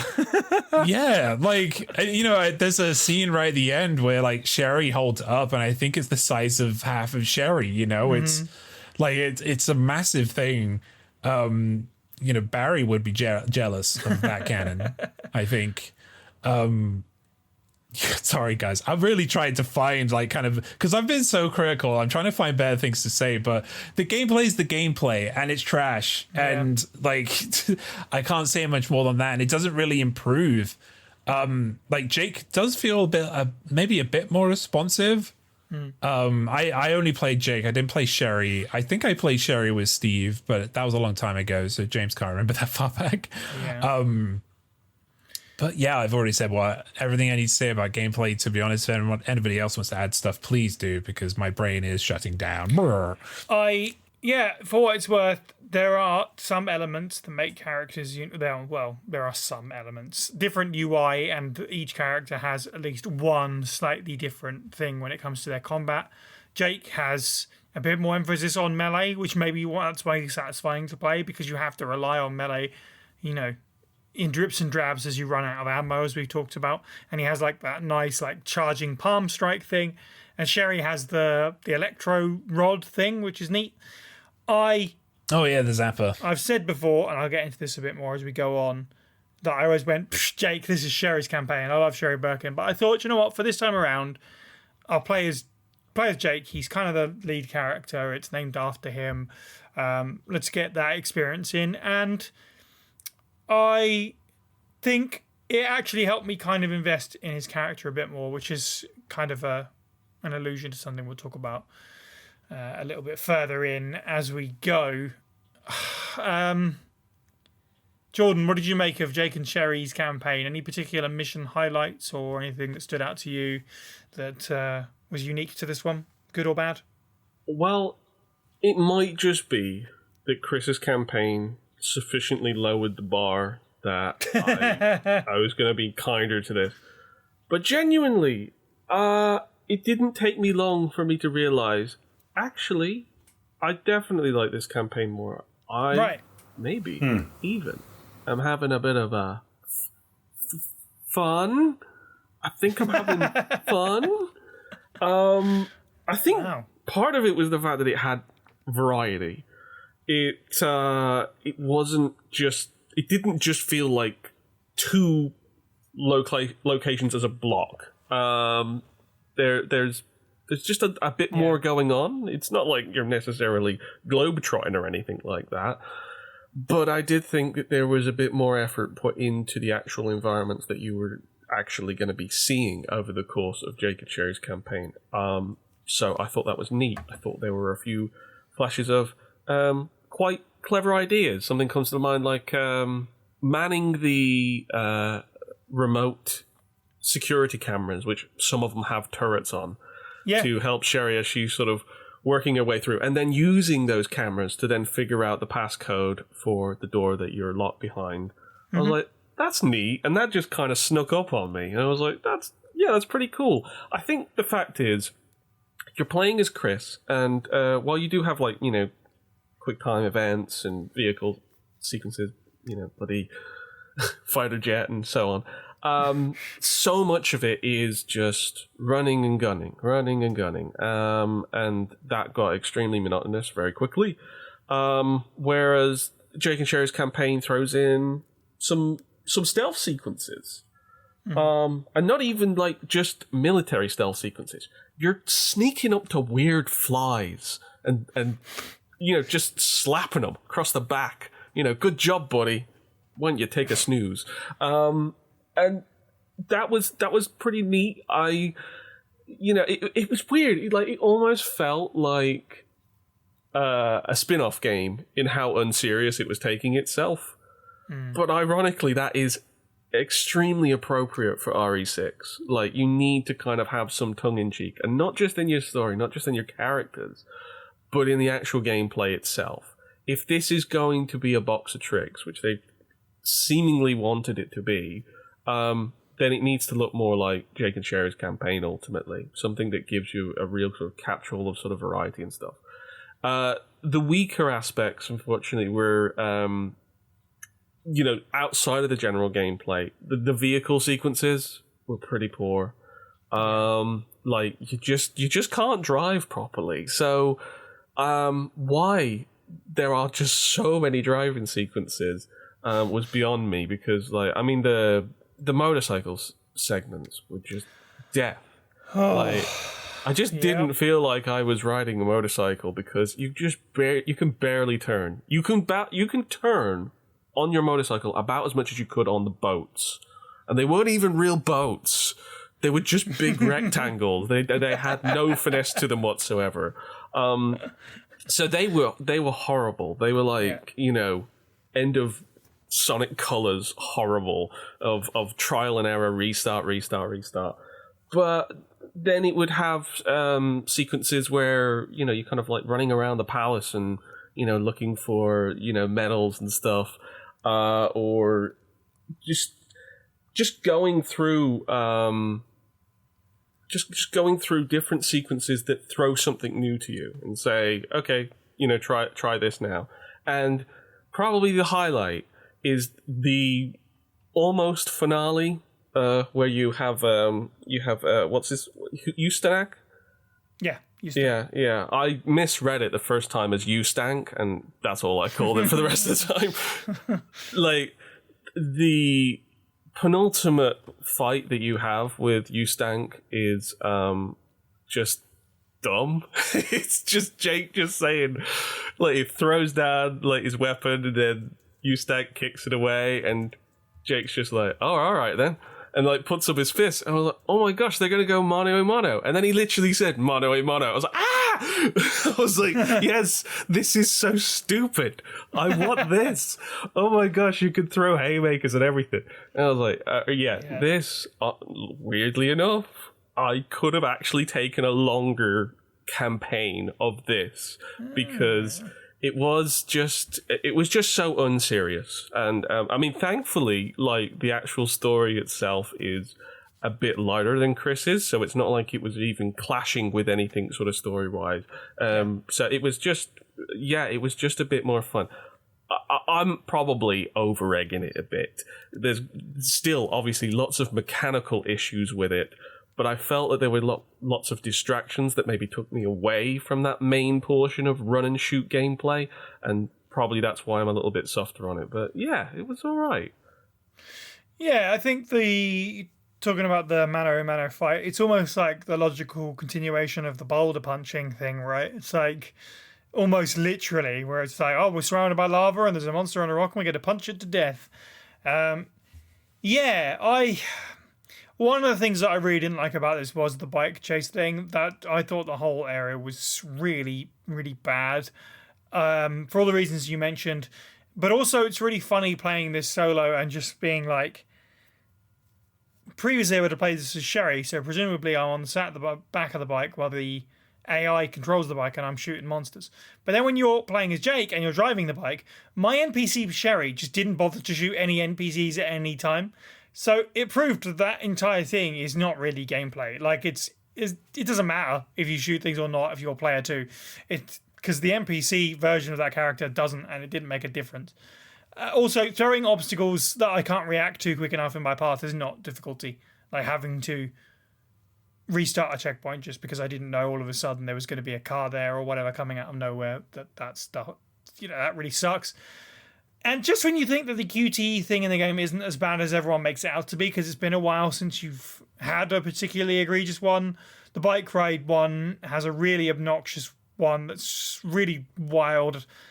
I think it might be the only 2-button prompt that I've experienced so far in this run of RE6. It comes completely out of nowhere. Suddenly, I was playing with an Xbox controller. I played the PC version with a controller.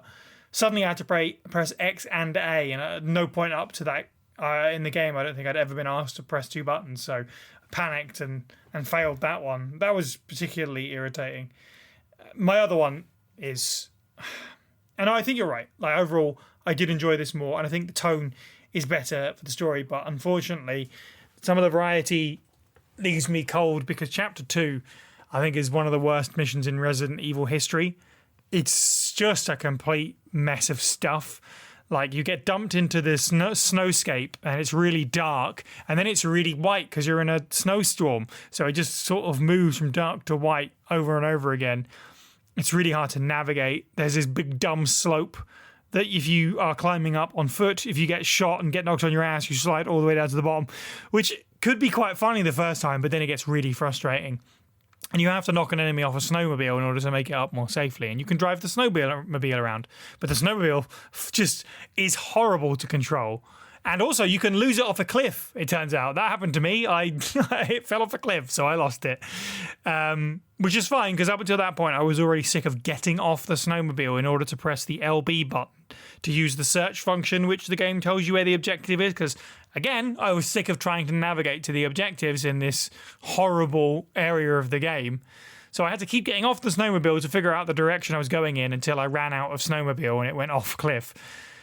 Also, in a section, they give you the sniper rifle. Very easy to miss in the snowstorm, which was kind of irritating in itself. But they give you the sniper rifle before a close quarters standoff in a shack, which is very obviously meant to be an RE4 reference. Why do they give you a sniper rifle before a close quarters fight? Oh, man. And then the snowmobile chase, and then there's a stealth section. Like, there was just so much going on. It was kind of a headache. And as I say, I think things got better from their bike chase aside. But that might be the lowest part from a gameplay perspective for me. Steve, how did you feel about playing through Jake and Sherry's campaign? I mean, I know Chapter 2 is divisive, but it isn't no verse roach mode. So if Chris's campaign is like a solid bar, like a massive, like 500-gram bar of Bourneville, dark chocolate, okay. Jake and Sherry's campaign is a selection box. It wears many hats. For what people normally write off as the campaign where you're stalked, like, generally speaking, the enemy comp's kind of fun as well. Yes, there's Juavo, but a lot of the time it's chrysalids, and they emphasise a lot more chrysalids than in Chris's campaign. That's more Juavo mutate and cause more aggro, and now there's spiders with machine guns instead. Hooray! And then you'll have these impactive sequences against the Ustanak, and then you move on to more of this exploration stuff. Now, I know you don't like the snowfield, but I actually appreciate the fact we had a big open space to explore. Yes, there were some frustrations, but generally speaking, variety is the name of the game. My favourite particularly is I think it's Chapter 3, where you start out, you're in, depending on who you are, you're either in a sterile lab that looks like, it's where Apple make all of the magic, and their iPhone is made there. You know exactly what I'm on about if you played RE6, guys. Yeah. The Apple Mac room, followed by a sort of open plan, I don't know what you'd call it, a residence, a bar, a lounge. Yeah, it's I was got a trying to piano figure in out what it. it is. Is it a hotel? Yeah. What is it? Yeah. That whole section, while it literally is just finding the one type of puzzle item many, many times over to unlock an exit, and a Bear Commander assault rifle, the best assault rifle in Resident Evil history. It's got a grenade launcher. It's an open plan area with exploration, and none of the other campaigns really do that, except for one annoying sequence that's replayed several times against this squibbly, not regenerator thing, which fortunately Sherry and Jake don't have to deal with until the very end. Variety is the name of the game, and I can't help but praise it, because you're never doing the same thing over and over again. It's not just corridors of Juavo. For example, Chapter 1 of Chris's campaign is hordes of Juavo, throwing grenades at spiders, more hordes of Juavo. In Jake and Sherry's, it's, start with hordes of Juavo, then you're being stalked by Ustanak. Then you find an ogre man. And then let's cap off the entire episode with, oh yes, helicopter machine guns against Comanches while also being shot at by a giant man with a Gatling gun on. It's ridiculous. Yeah. In the best possible way. I can appreciate, especially a game like RE6 where it can be, even the, for some reason, lauded, and I'm not sure why, Leon campaign. We'll get there eventually, guys. I have opinions. This one actually does stuff. It's more about the characters, admittedly. That's why I more like it, I think. But you're never doing the same thing in the same hour. Yes, I massively agree with that. I think you guys are right. Like, the variety is what helps this thing stay afloat. And yeah, the BOWs are a part of that. This game has a weird thing about impervious, like indestructible monsters, and Jake and Sherry just happened to face like 3 of them in quite quick succession. Obviously, like the Ustanak keeps coming back, hilariously so, I should point out. Like, Jake and Sherry's campaign takes place over like the course of a year, basically, because they get like trapped in that like facility place for 6 months or something mad, isn't it? It's months on end. And then we pick back up from there. So, it's really funny. The Ustanak follows them from Edonia to China and then the underwater facility as well. You run into the Ubistfo, which is the thing with the naturally occurring organic chainsaw arm, which is another unkillable monster. And then in the underwater base, you fight the Rascal Panjay, which are the ooze-like creatures, which also reform every time you blast them apart. They can come back together. Just really funny that Jake and Sherry have to keep fighting unkillable monsters. But there you go. Yes, Steve, you talked about the characters, so let's get into the story side of the Jake and Sherry things, because I do think it's one of the positives, certainly. And just like with the Chris and Piers thing, perhaps I am just looking for more than is actually there, but I think not. I think this one is more overtly positive. I think, people turn their nose up at the idea of a Wesker's son, and if that is even a logical choice, and that's definitely something that everyone's going to have a different opinion on. And also his personality does rub people the wrong way sometimes. He's certainly more likable than I remember him being in previous playthroughs, and again, maybe that's because I was playing as him, so I felt a little bit more invested in it. But as a confused 20-year-old, like, it kind of works for me. I do think that the ordering of the game's events robs loads of reveals from this playthrough. Like, I get the game kind of goes, right, here's the prologue, but you can play any campaign in any order you want, but they all take place at different times and overlap with each other at different points.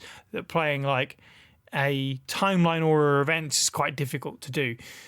And Jake and Sherry at the bottom of the list, and Leon, Chris, and Jake. Most people are probably going to play the returning characters first for many reasons. So lots of important reveals. Like, I know who the father of Jake is because of the Chris playthrough, for example, which is a shame.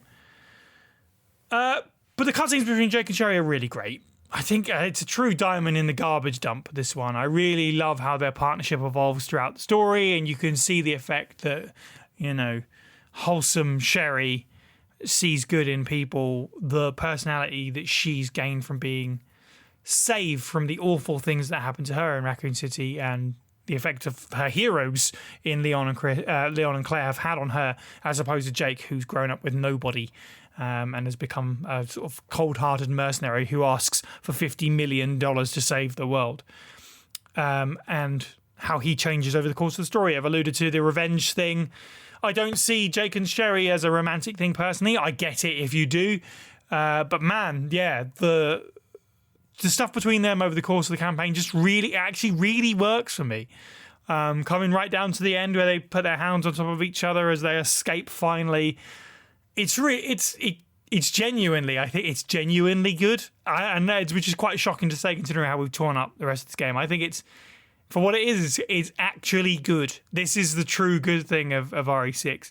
And of course, even underneath that, the idea of a Weskin? That's a Wesker and a Birkin at the same time. I've done it again, folks. A Wesker and a Birkin working together on the side of good is actually kind of a genius idea to flip Resident Evil on its head. The two big names of Umbrella that we know of, now we have their offspring confronting the horrors that their fathers committed it's, in retrospect, it marks a really great end of an era. Probably, again, it's been talked about ad nauseum, including by us. It should have been the beginning of another era, perhaps. It's kind of lost again in the mess of RE6 and the reboot of RE7 for good. But unfortunately, yeah, this is something nice amongst the sludge. But yeah, maybe I don't know if I'm completely off base with that. Steve, how do you feel about Jake and Sherry's playthrough campaign? Are you ready? Are you ready for a bona fide hot take to really annoy the big super fans out there? Whoa. Okay, so people like to ship Claire and Steve. Cleve, I believe, is the name. Okay. I see more chemistry and subtle awkwardness and believability in the relationship of Jake and Sherry than I have ever seen in those two. And that's not necessarily in a romantic way, but it can also be seen that way. And it's portrayed mainly post being captured, the China segment, but the build up to it is still there, and the awkwardness of Sherry getting her hands around being an agent, Jake being a pompous, smug little git, snarky, a bit of an ass to Chris initially. Completely doesn't like Leon. Fair. Some people don't like Leon. It's a good dynamic of Sherry being the wholesome one, bringing this shunned, angry child into the light, and then they become, a team. They see themselves as a team at the end, and it's like, let's finish this together as they fire the Magnum to shoot Ustanak, who totally should have been more of a character, but he's just some guy with a torn up face, looks like it's been blasted by rockets, has a tuft of blonde hair, is fought in what appears to be an allegory to a volcano at the end. It feels like they could have done something with that, but they didn't. If you know what I'm saying, you know what I'm saying. Lots of comedy though, there's a little bit of a lot of quips from these characters. This is the most Marvel feeling of the campaigns in terms of how the characters portray themselves, especially Jake. For all that's going on, he doesn't take it very seriously. The big Ustanak fight on top of what appears to be like a lava bed, and he's like, punch more holes in it. That's a smart idea. Stuff like that. I need it, and I would actually say it was probably the first time I was exposed to Troy Baker as a voice actor, and he does a decent turn of making a character on paper, the son of Wesker, who's an angry mercenary, actually kind of fun. Obviously, we already talked Sherry to death in the Sherry podcast on the profile, but Jake's pretty cool too. Yeah, I agree. I was surprised how much I liked him, considering there is a weird air about him amongst the community. Some people obviously love him, but he's a character. A lot of people are like, Resident Evil 6, that's the one where they came up with Jake Wesker, and it's like, well, maybe it wasn't all that bad. Also, on the lava pit thing, by the way, very funny that an underwater base has a big lava pit in it. There's just something very funny. Like you said, the silliness of it's in Chris and Piers' campaign, and it's just dumb in that. But in this, it's dumb in a good way. It totally works. Jordan, what do you make of the story of this campaign? Just to say, with also regards to the lava pit right next to the underwater facilities, like the proximity of them doesn't seem to make any kind of sense. It's like Dark Souls 2 logic for levels next to each other. As far as the story, I think probably part of the reason that I enjoyed the campaign so much was because the story was also good as well.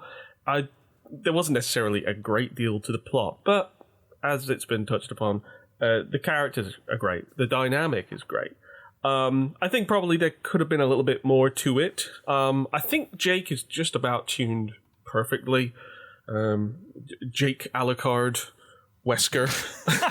I think he is suitable for this game. That he's a bit tongue in cheek. He's not quite taking everything quite so seriously, which is so funny because then he really stands out compared to every other character in the game, because they're all just kind of like, this is serious business. We're veterans of this series. We've been fighting these enemies all long, and he's just like, this is so stupid. You need to pay me more.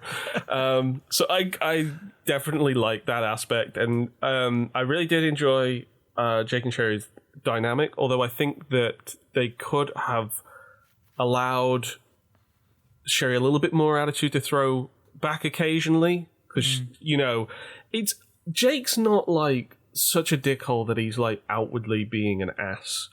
but he's smug and he's sarcastic and he's just generally got this kind of air of disinterest. I'm too cool for school.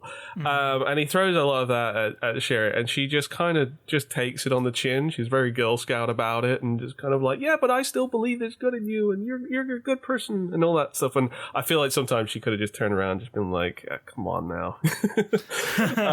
But yeah, it was surprising, kind of, especially kind of coming from the dynamic that was happening with Chris, which was really, obviously quite sort of like heavy because it's drawing in from the series as well as the events that are happening right there and then. It was a little bit lighter with Jake and Sherry, and that's about it. It was very, very pleasant, and well voice acted. Just generally sort of enjoyable. It made the whole campaign feel a lot quicker and go a lot quicker when there is that sort of back and forth in the dialogue, and you're listening to two people's sort of slowly become friends, and yeah, that was very nice. Awesome. Oh, well, there you go. See, I was worried that everyone was going to be like, no, it's not that good. What are you talking about? So I'm glad. James, any thoughts on the story of this one? I think this is a positive, but it's going to sound like a negative. I wanted more out of both of their arcs. Yeah, I get that. Yeah. And I think a particular arc could have been removed to make room for that. There were certain points where I really disliked Jake, but there were points where I really liked. I think my favorite moment in this entire campaign, oh god, where were they coming out of? They just had an absolutely mad gauntlet in China, and they came out at the end, and Jake is being just his usual bravado self, but Sherry, I think this is when is it when she finds out about Simmons, I think? Yeah. And right, she says something, and then suddenly he goes super soft. He melts, as he looks at her, as she is kind of going through something, and he sees it, and it was excellently acted, that point, that scene. And yeah, there were a couple points actually like that in this campaign where you see that, where he just looks at her and he just calms down. It's like she's his security blanket. Yep, absolutely. And it's really, really cute. And I adore it. I really dislike, however, and this isn't just a Sherry problem. Honestly, this is a Capcom problem. That women are just doe-eyed people who follow men. And it's frustrating because we know that Capcom are capable of making strong women sometimes, that have their own individual thought process, but a lot of the time I feel like they're building women so they don't have that, and then sometimes there's some shine with Sherry there, and towards the end of the campaign as well. But yeah, I think that is based on just the time we had with them. I think if we just had more time, I wanted to know about Jake's mother, but you would never know about that because she's unnamed. Yep. Which I think that's such a wild thing to leave out. Yep. That Wesker had a kid with a mother. She died from an illness, and then Jake was introduced to a really hard life, which is why he's that's a very simple, you understand where Jake's coming from, but it would have been great to have a little prologue, of what Jake went through, kind of or at least a cutscene, with we got RE4R and Javier, Operation Javier. Would have been nice for that, to have that, and with Sherry, kind of learning where she's been, what she's been up to, other than just being quote special agent, working for Simmons, yeah, and I mean, where they go after this, because I mean the ending was so heavy-handed, and it filled you with so much hope for these two characters. Yeah. Even all this time later, you know, you look at that final scene and you think, oh, why are we not seeing more of this? Mm-hmm. Like these two characters, I really like Jake. I don't think I've been super kind to him in the past, but I've never directly disliked him. Mm-hmm. I think he's an interesting character. And he, as I say, like he has layers to him. He's not just a one note like sassy boy. He probably, I mean, maybe he saw a bit of his mother in Sherry when she was vulnerable there, you know, and it came out. Yeah. I wanted more, and I think we should have got more. And Sherry's amazing. I just wish, we got more of them. Yeah, I think, and I've said this loads of times, of course, but the stink of Resident Evil 6. Capcom just want to stay away from this and not acknowledge it now, even though it's a massive sales success. Like people think of RE6 and they think of Jake Wesker, and they kind of combine those two things, and you go, everything about this is bad, and unfortunately it does have that knock-on effect. I think you're right, like the setup, or rather the ending of this game, is like a nice lead-in for what could have, you've got to wonder about a universe out there where they did follow this up with another Jake game where we delve into that history. Now he knows who his father is. Maybe he goes looking for answers. And I talked about that in a video we did like 3 or 4 years ago, which I actually found myself watching the other night after I finished this, just to see how I felt about it. It's on our YouTube, Resident Evil The Next Generation, talking about what it would be like now if we did a new series of characters. But, we're over, we're like 15 years removed now from this game? Not quite, 13, 14 years. It's just like these characters are now grown up more than a decade since we last saw them. Who knows who they are now? I just don't see it, unfortunately. And add it to the list of squandered potential, unfortunately, something like Jake and Sherry and so on and so forth. Let's close up the story. We're going to do just a couple more headings before we finish this episode to talk about a little bit more about the BOWs that we experienced throughout these two campaigns and get some thoughts. For me, Steve, you went on about the Joavo and not necessarily being a fan. I have mixed feelings, I really do. I think the masks and the weapons I'm not super keen on. I think, it's one of the things where it's like, the concept of it's cool. The variable mutation stuff is neat. Like Resident Evil 4 onwards, and it's localized aiming and enemies reacting to that. It's kind of a cool continuation of you shoot at this point and the enemy, you blast the arm off, it becomes this appendage and it changes how it mutates. It's cool, and I like some of the ideas there, and I like how it changes the flow of combat.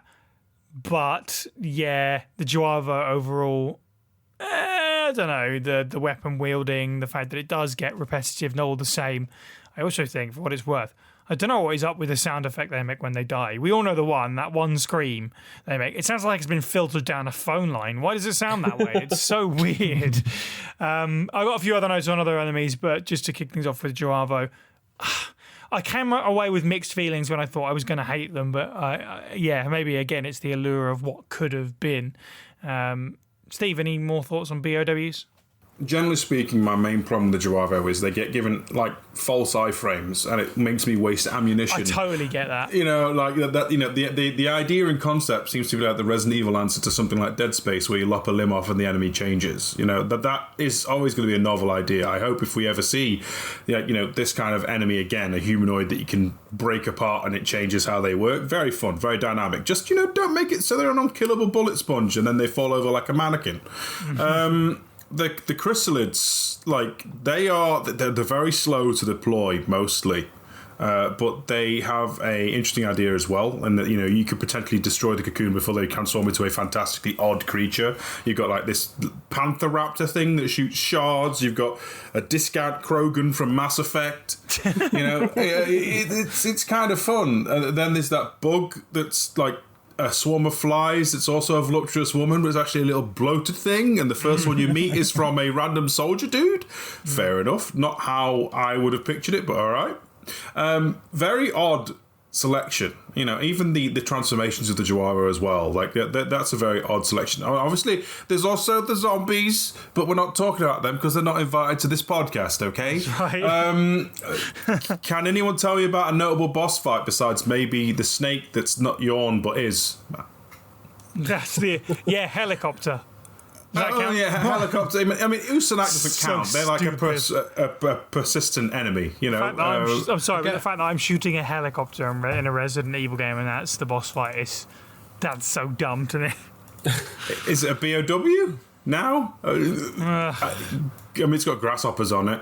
It does have grasshoppers on it, yeah. You know, that's it. Like, it sounds stupid in retrospect, but there is a lot of variety to the enemies, and that I do appreciate. Yeah. You know, it's just a shame that the bosses are kind of, unless you're really into fighting the big dude with the cannon arm. Yeah, that's the one for me. Like the Ustanak, we've touched on him, but I just think he's really like over designed.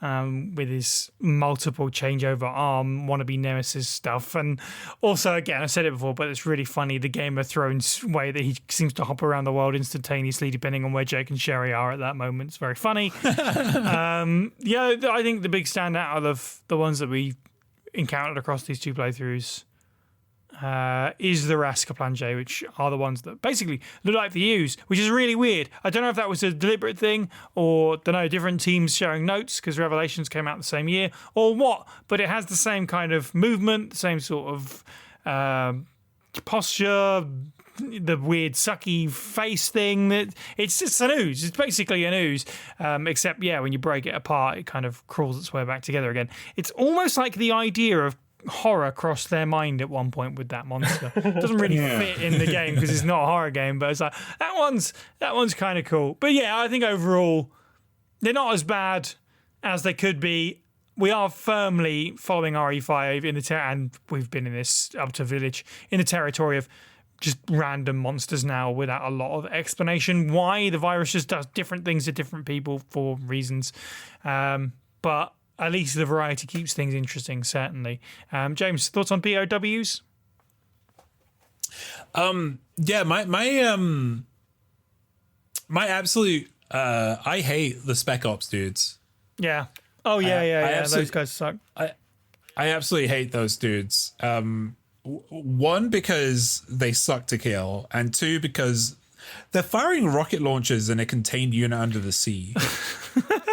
And I just feel that's a problem, especially for Spec Ops. That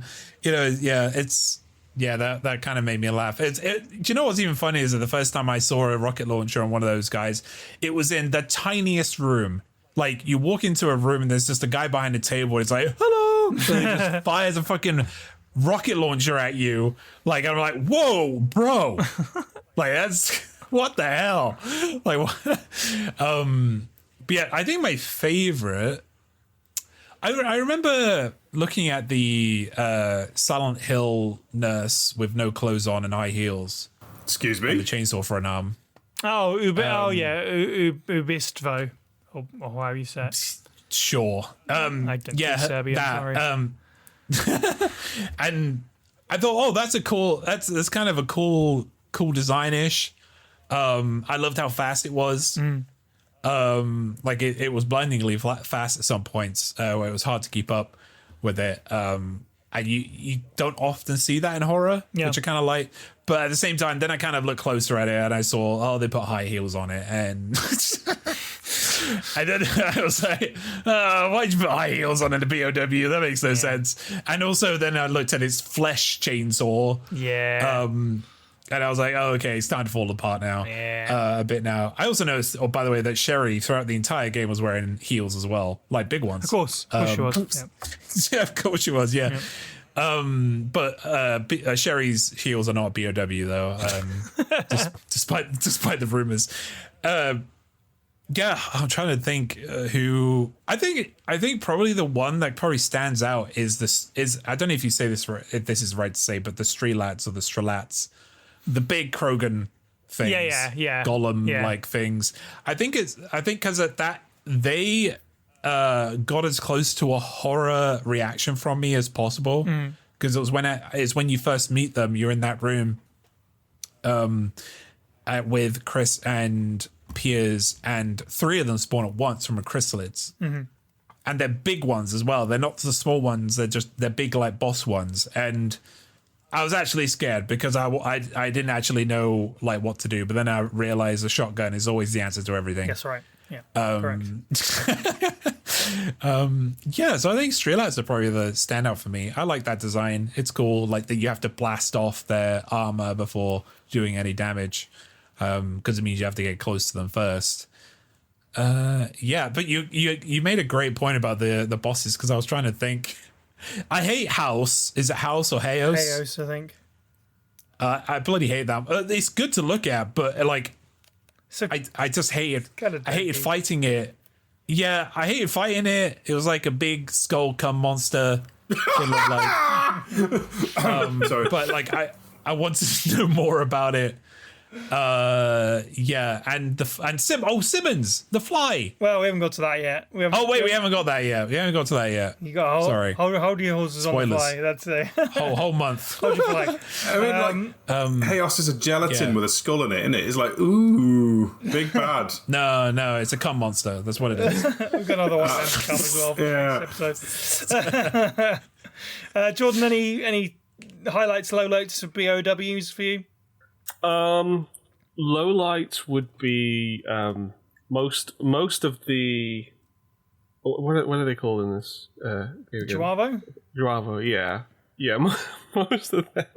Like, I mean, look, at this point, Resident Evil was kind of veering further and further away from the traditional sort of zombies, and that's fine. But it gets to a certain point where I'm just kind of like, what even are you now? Because it's like I know it's sort of like you're infected, monstrous in some kind of way, but otherwise you can do everything. Like, you know, they can shoot guns, they can reload, they can take cover just like regular soldiers.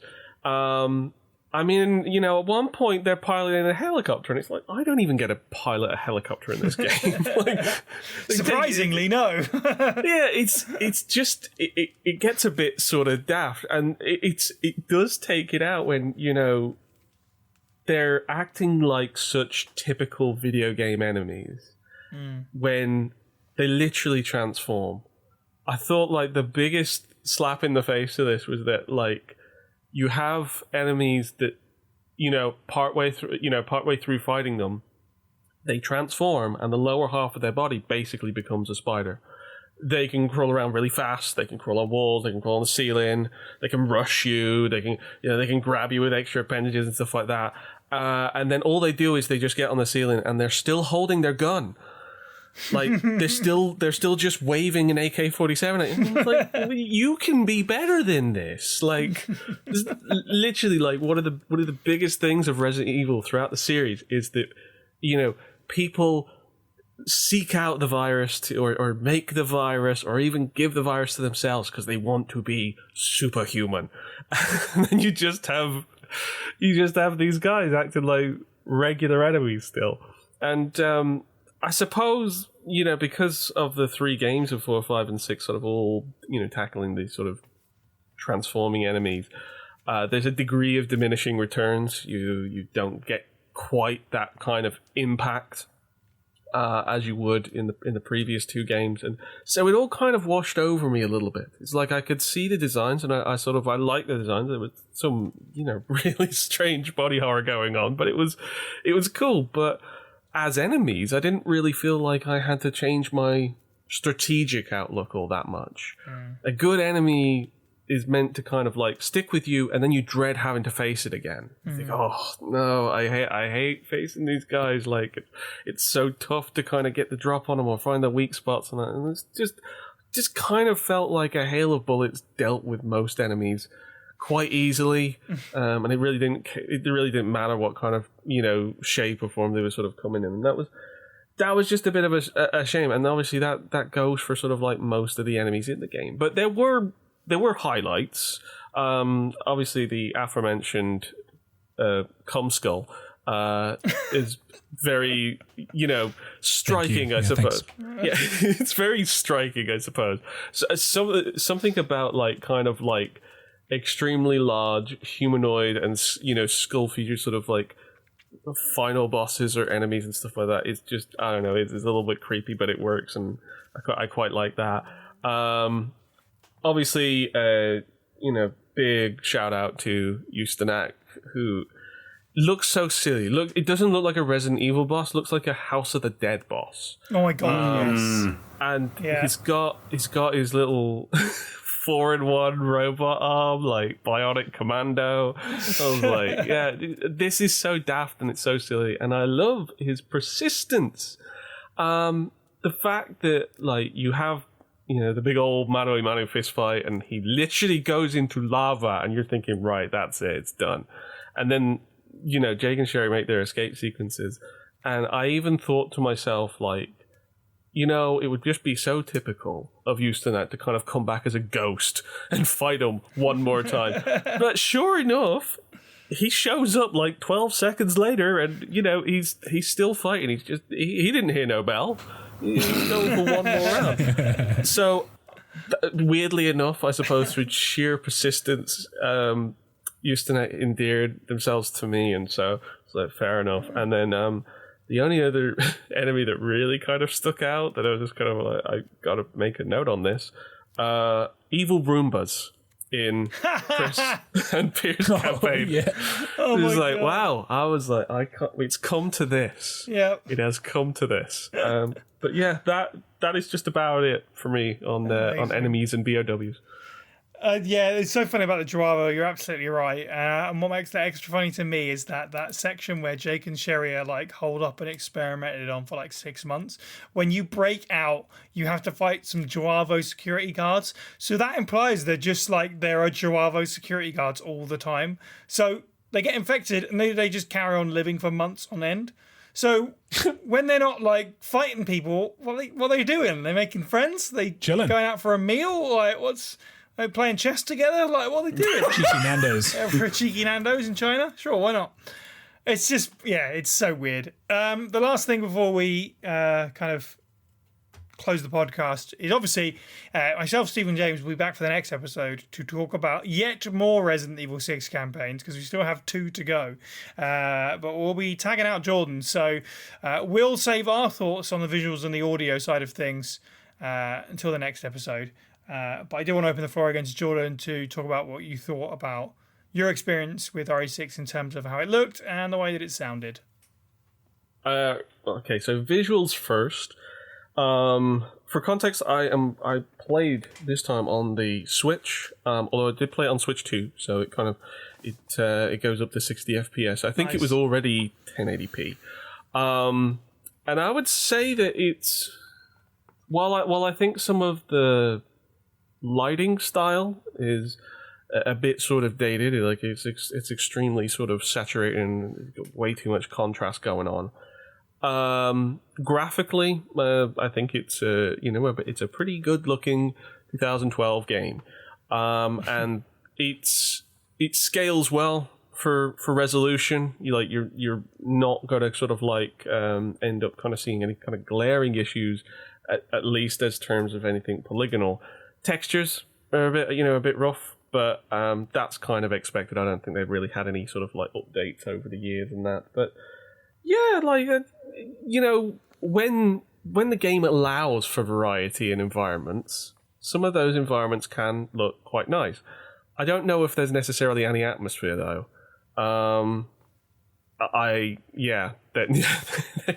There isn't atmosphere. I think I got a slight feel of it when you're in that really extremely sterile Mirror's Edge like environment when Jake and Sherry are trying to get out of the facility. But yeah, besides that, it did feel like it was kind of missing something compared to almost every Resident Evil game, because that was something that Resident Evil was nailing from the beginning, was that it's got to have that atmosphere. You got to feel that sort of dampness in the air if you're going into spooky places, and it doesn't have that. This could have been really plucked out of any other non-horror shooter from the same year. And now we've obviously talked about it, but yeah, UI is horrible. It's kind of cool in that kind of concept way, but actually use case, no, awful. To talk about audio, I said before, I thought the voice acting was pretty good overall. Like, at least I enjoyed it. There wasn't necessarily the Shakespeare lines coming out, but everybody did their job. Like, again, when you consider sort of like the roots of the series, they've been able to kind of up the voice acting over the course of the series, and everybody put in a good effort. I wish I could say the same for the music. There are some all right tracks, but they're not. You're not hearing them during gameplay. The menu theme's kind of cool. Kind of sounds like a start menu theme out of an Arkham game. Yeah. The end credit music is something, especially because they have lyrics. But everything else that was actually in the gameplay itself was the most generic, incidental, looping, cinematic waffle. Just, I don't want to be mean to whoever made this music, because I feel like it was probably just a job. It was just a graft. You just make something that is, to be fair, might not even have been made for this game. It might have even just been pulled off a production music catalog. Yeah. It was that sort of generic. It really didn't matter what was happening. But the problem is, it's constant. Like, even if you're not fighting anybody, it still is just amped up, and then just kind of like, wow, I feel like I'm in I feel like I'm listening to line music at Alton Towers for Nemesis or something like that. It's like it's just constantly at the same pitch, and it was really poor because again, great series for great music, but yeah, I would love to see who's getting challenged to do now that's what I call survival horror episode of this one. I thought about it, but I don't know if I've got that in me. That's a whole 3 episodes right there, right? Or 4, I guess. The only thing I've saved for sort of like final words on it is that it was destined to sort of be a disappointing game, and it is. I want to say that like it's worth revisiting, but no, not really.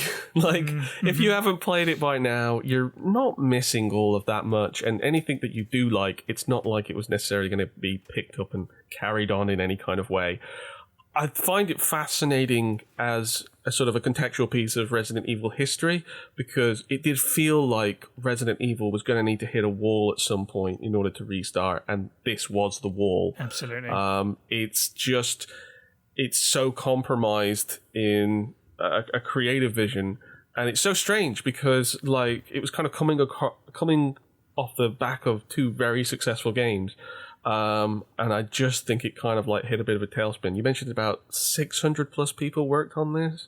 Yeah, like, a lot of money and effort went into this. Yeah, and I think it probably stung Capcom, despite the fact of how well it eventually sort of sold.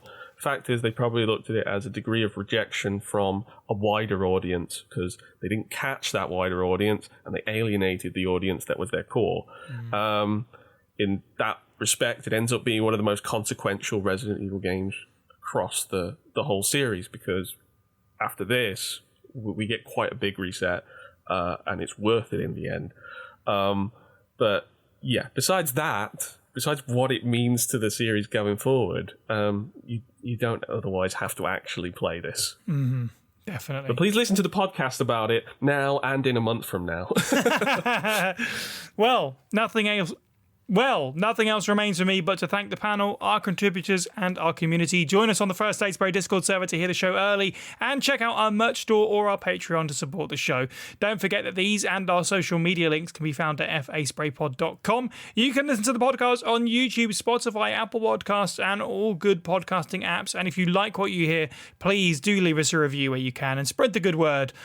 3 hours ain't enough indeed, because our next episode will keep us firmly rooted in the fight for survival that is Resident Evil 6 as we take a look at the remaining campaigns of Leon and Helena and Ada Wong and some guy called Agent. Thank you to the panel. You can follow all of the Pueblo people on Blue Sky. I'm at Cy White, Steve is at FB Steve, James is at Moist Owlets OFF, and Jordan is at CerealBox64.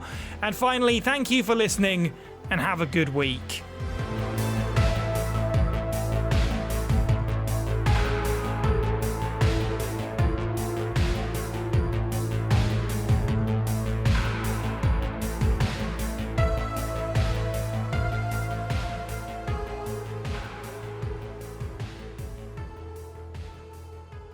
What a classic. Love Robot Wars. Him off Red Dwarf. It was Craig Charles. great. Yes. What was your favorite robot? Did you have a favorite? I like the spinny one. Hypnodisc? Hypnodisc. How do I remember the name of that? Exactly, Why yes. How did I pull that out of my head? Core memories, What man. about Panic Attack? I only Panic seem to Attack. remember That's a good one. Cassius, because Cassius could flip. Cassius. I like. Here we are looking robots up instead of podcasting. I specifically remember the word Shremek. Self-writing mechanism yes, because of fucking Shremek, Chaos yes. 2. Yes. My favorite was Roadblock because nobody could touch Roadblock. It was a simple design for a civilized age. That's so good. It's literally just a street sign. Yep. That's very funny. Nobody could beat it either. It was like a champion. It was amazing. That's amazing. I love that. Hello, everyone, and welcome to Activate, a Road Wars, a Robot Wars podcast.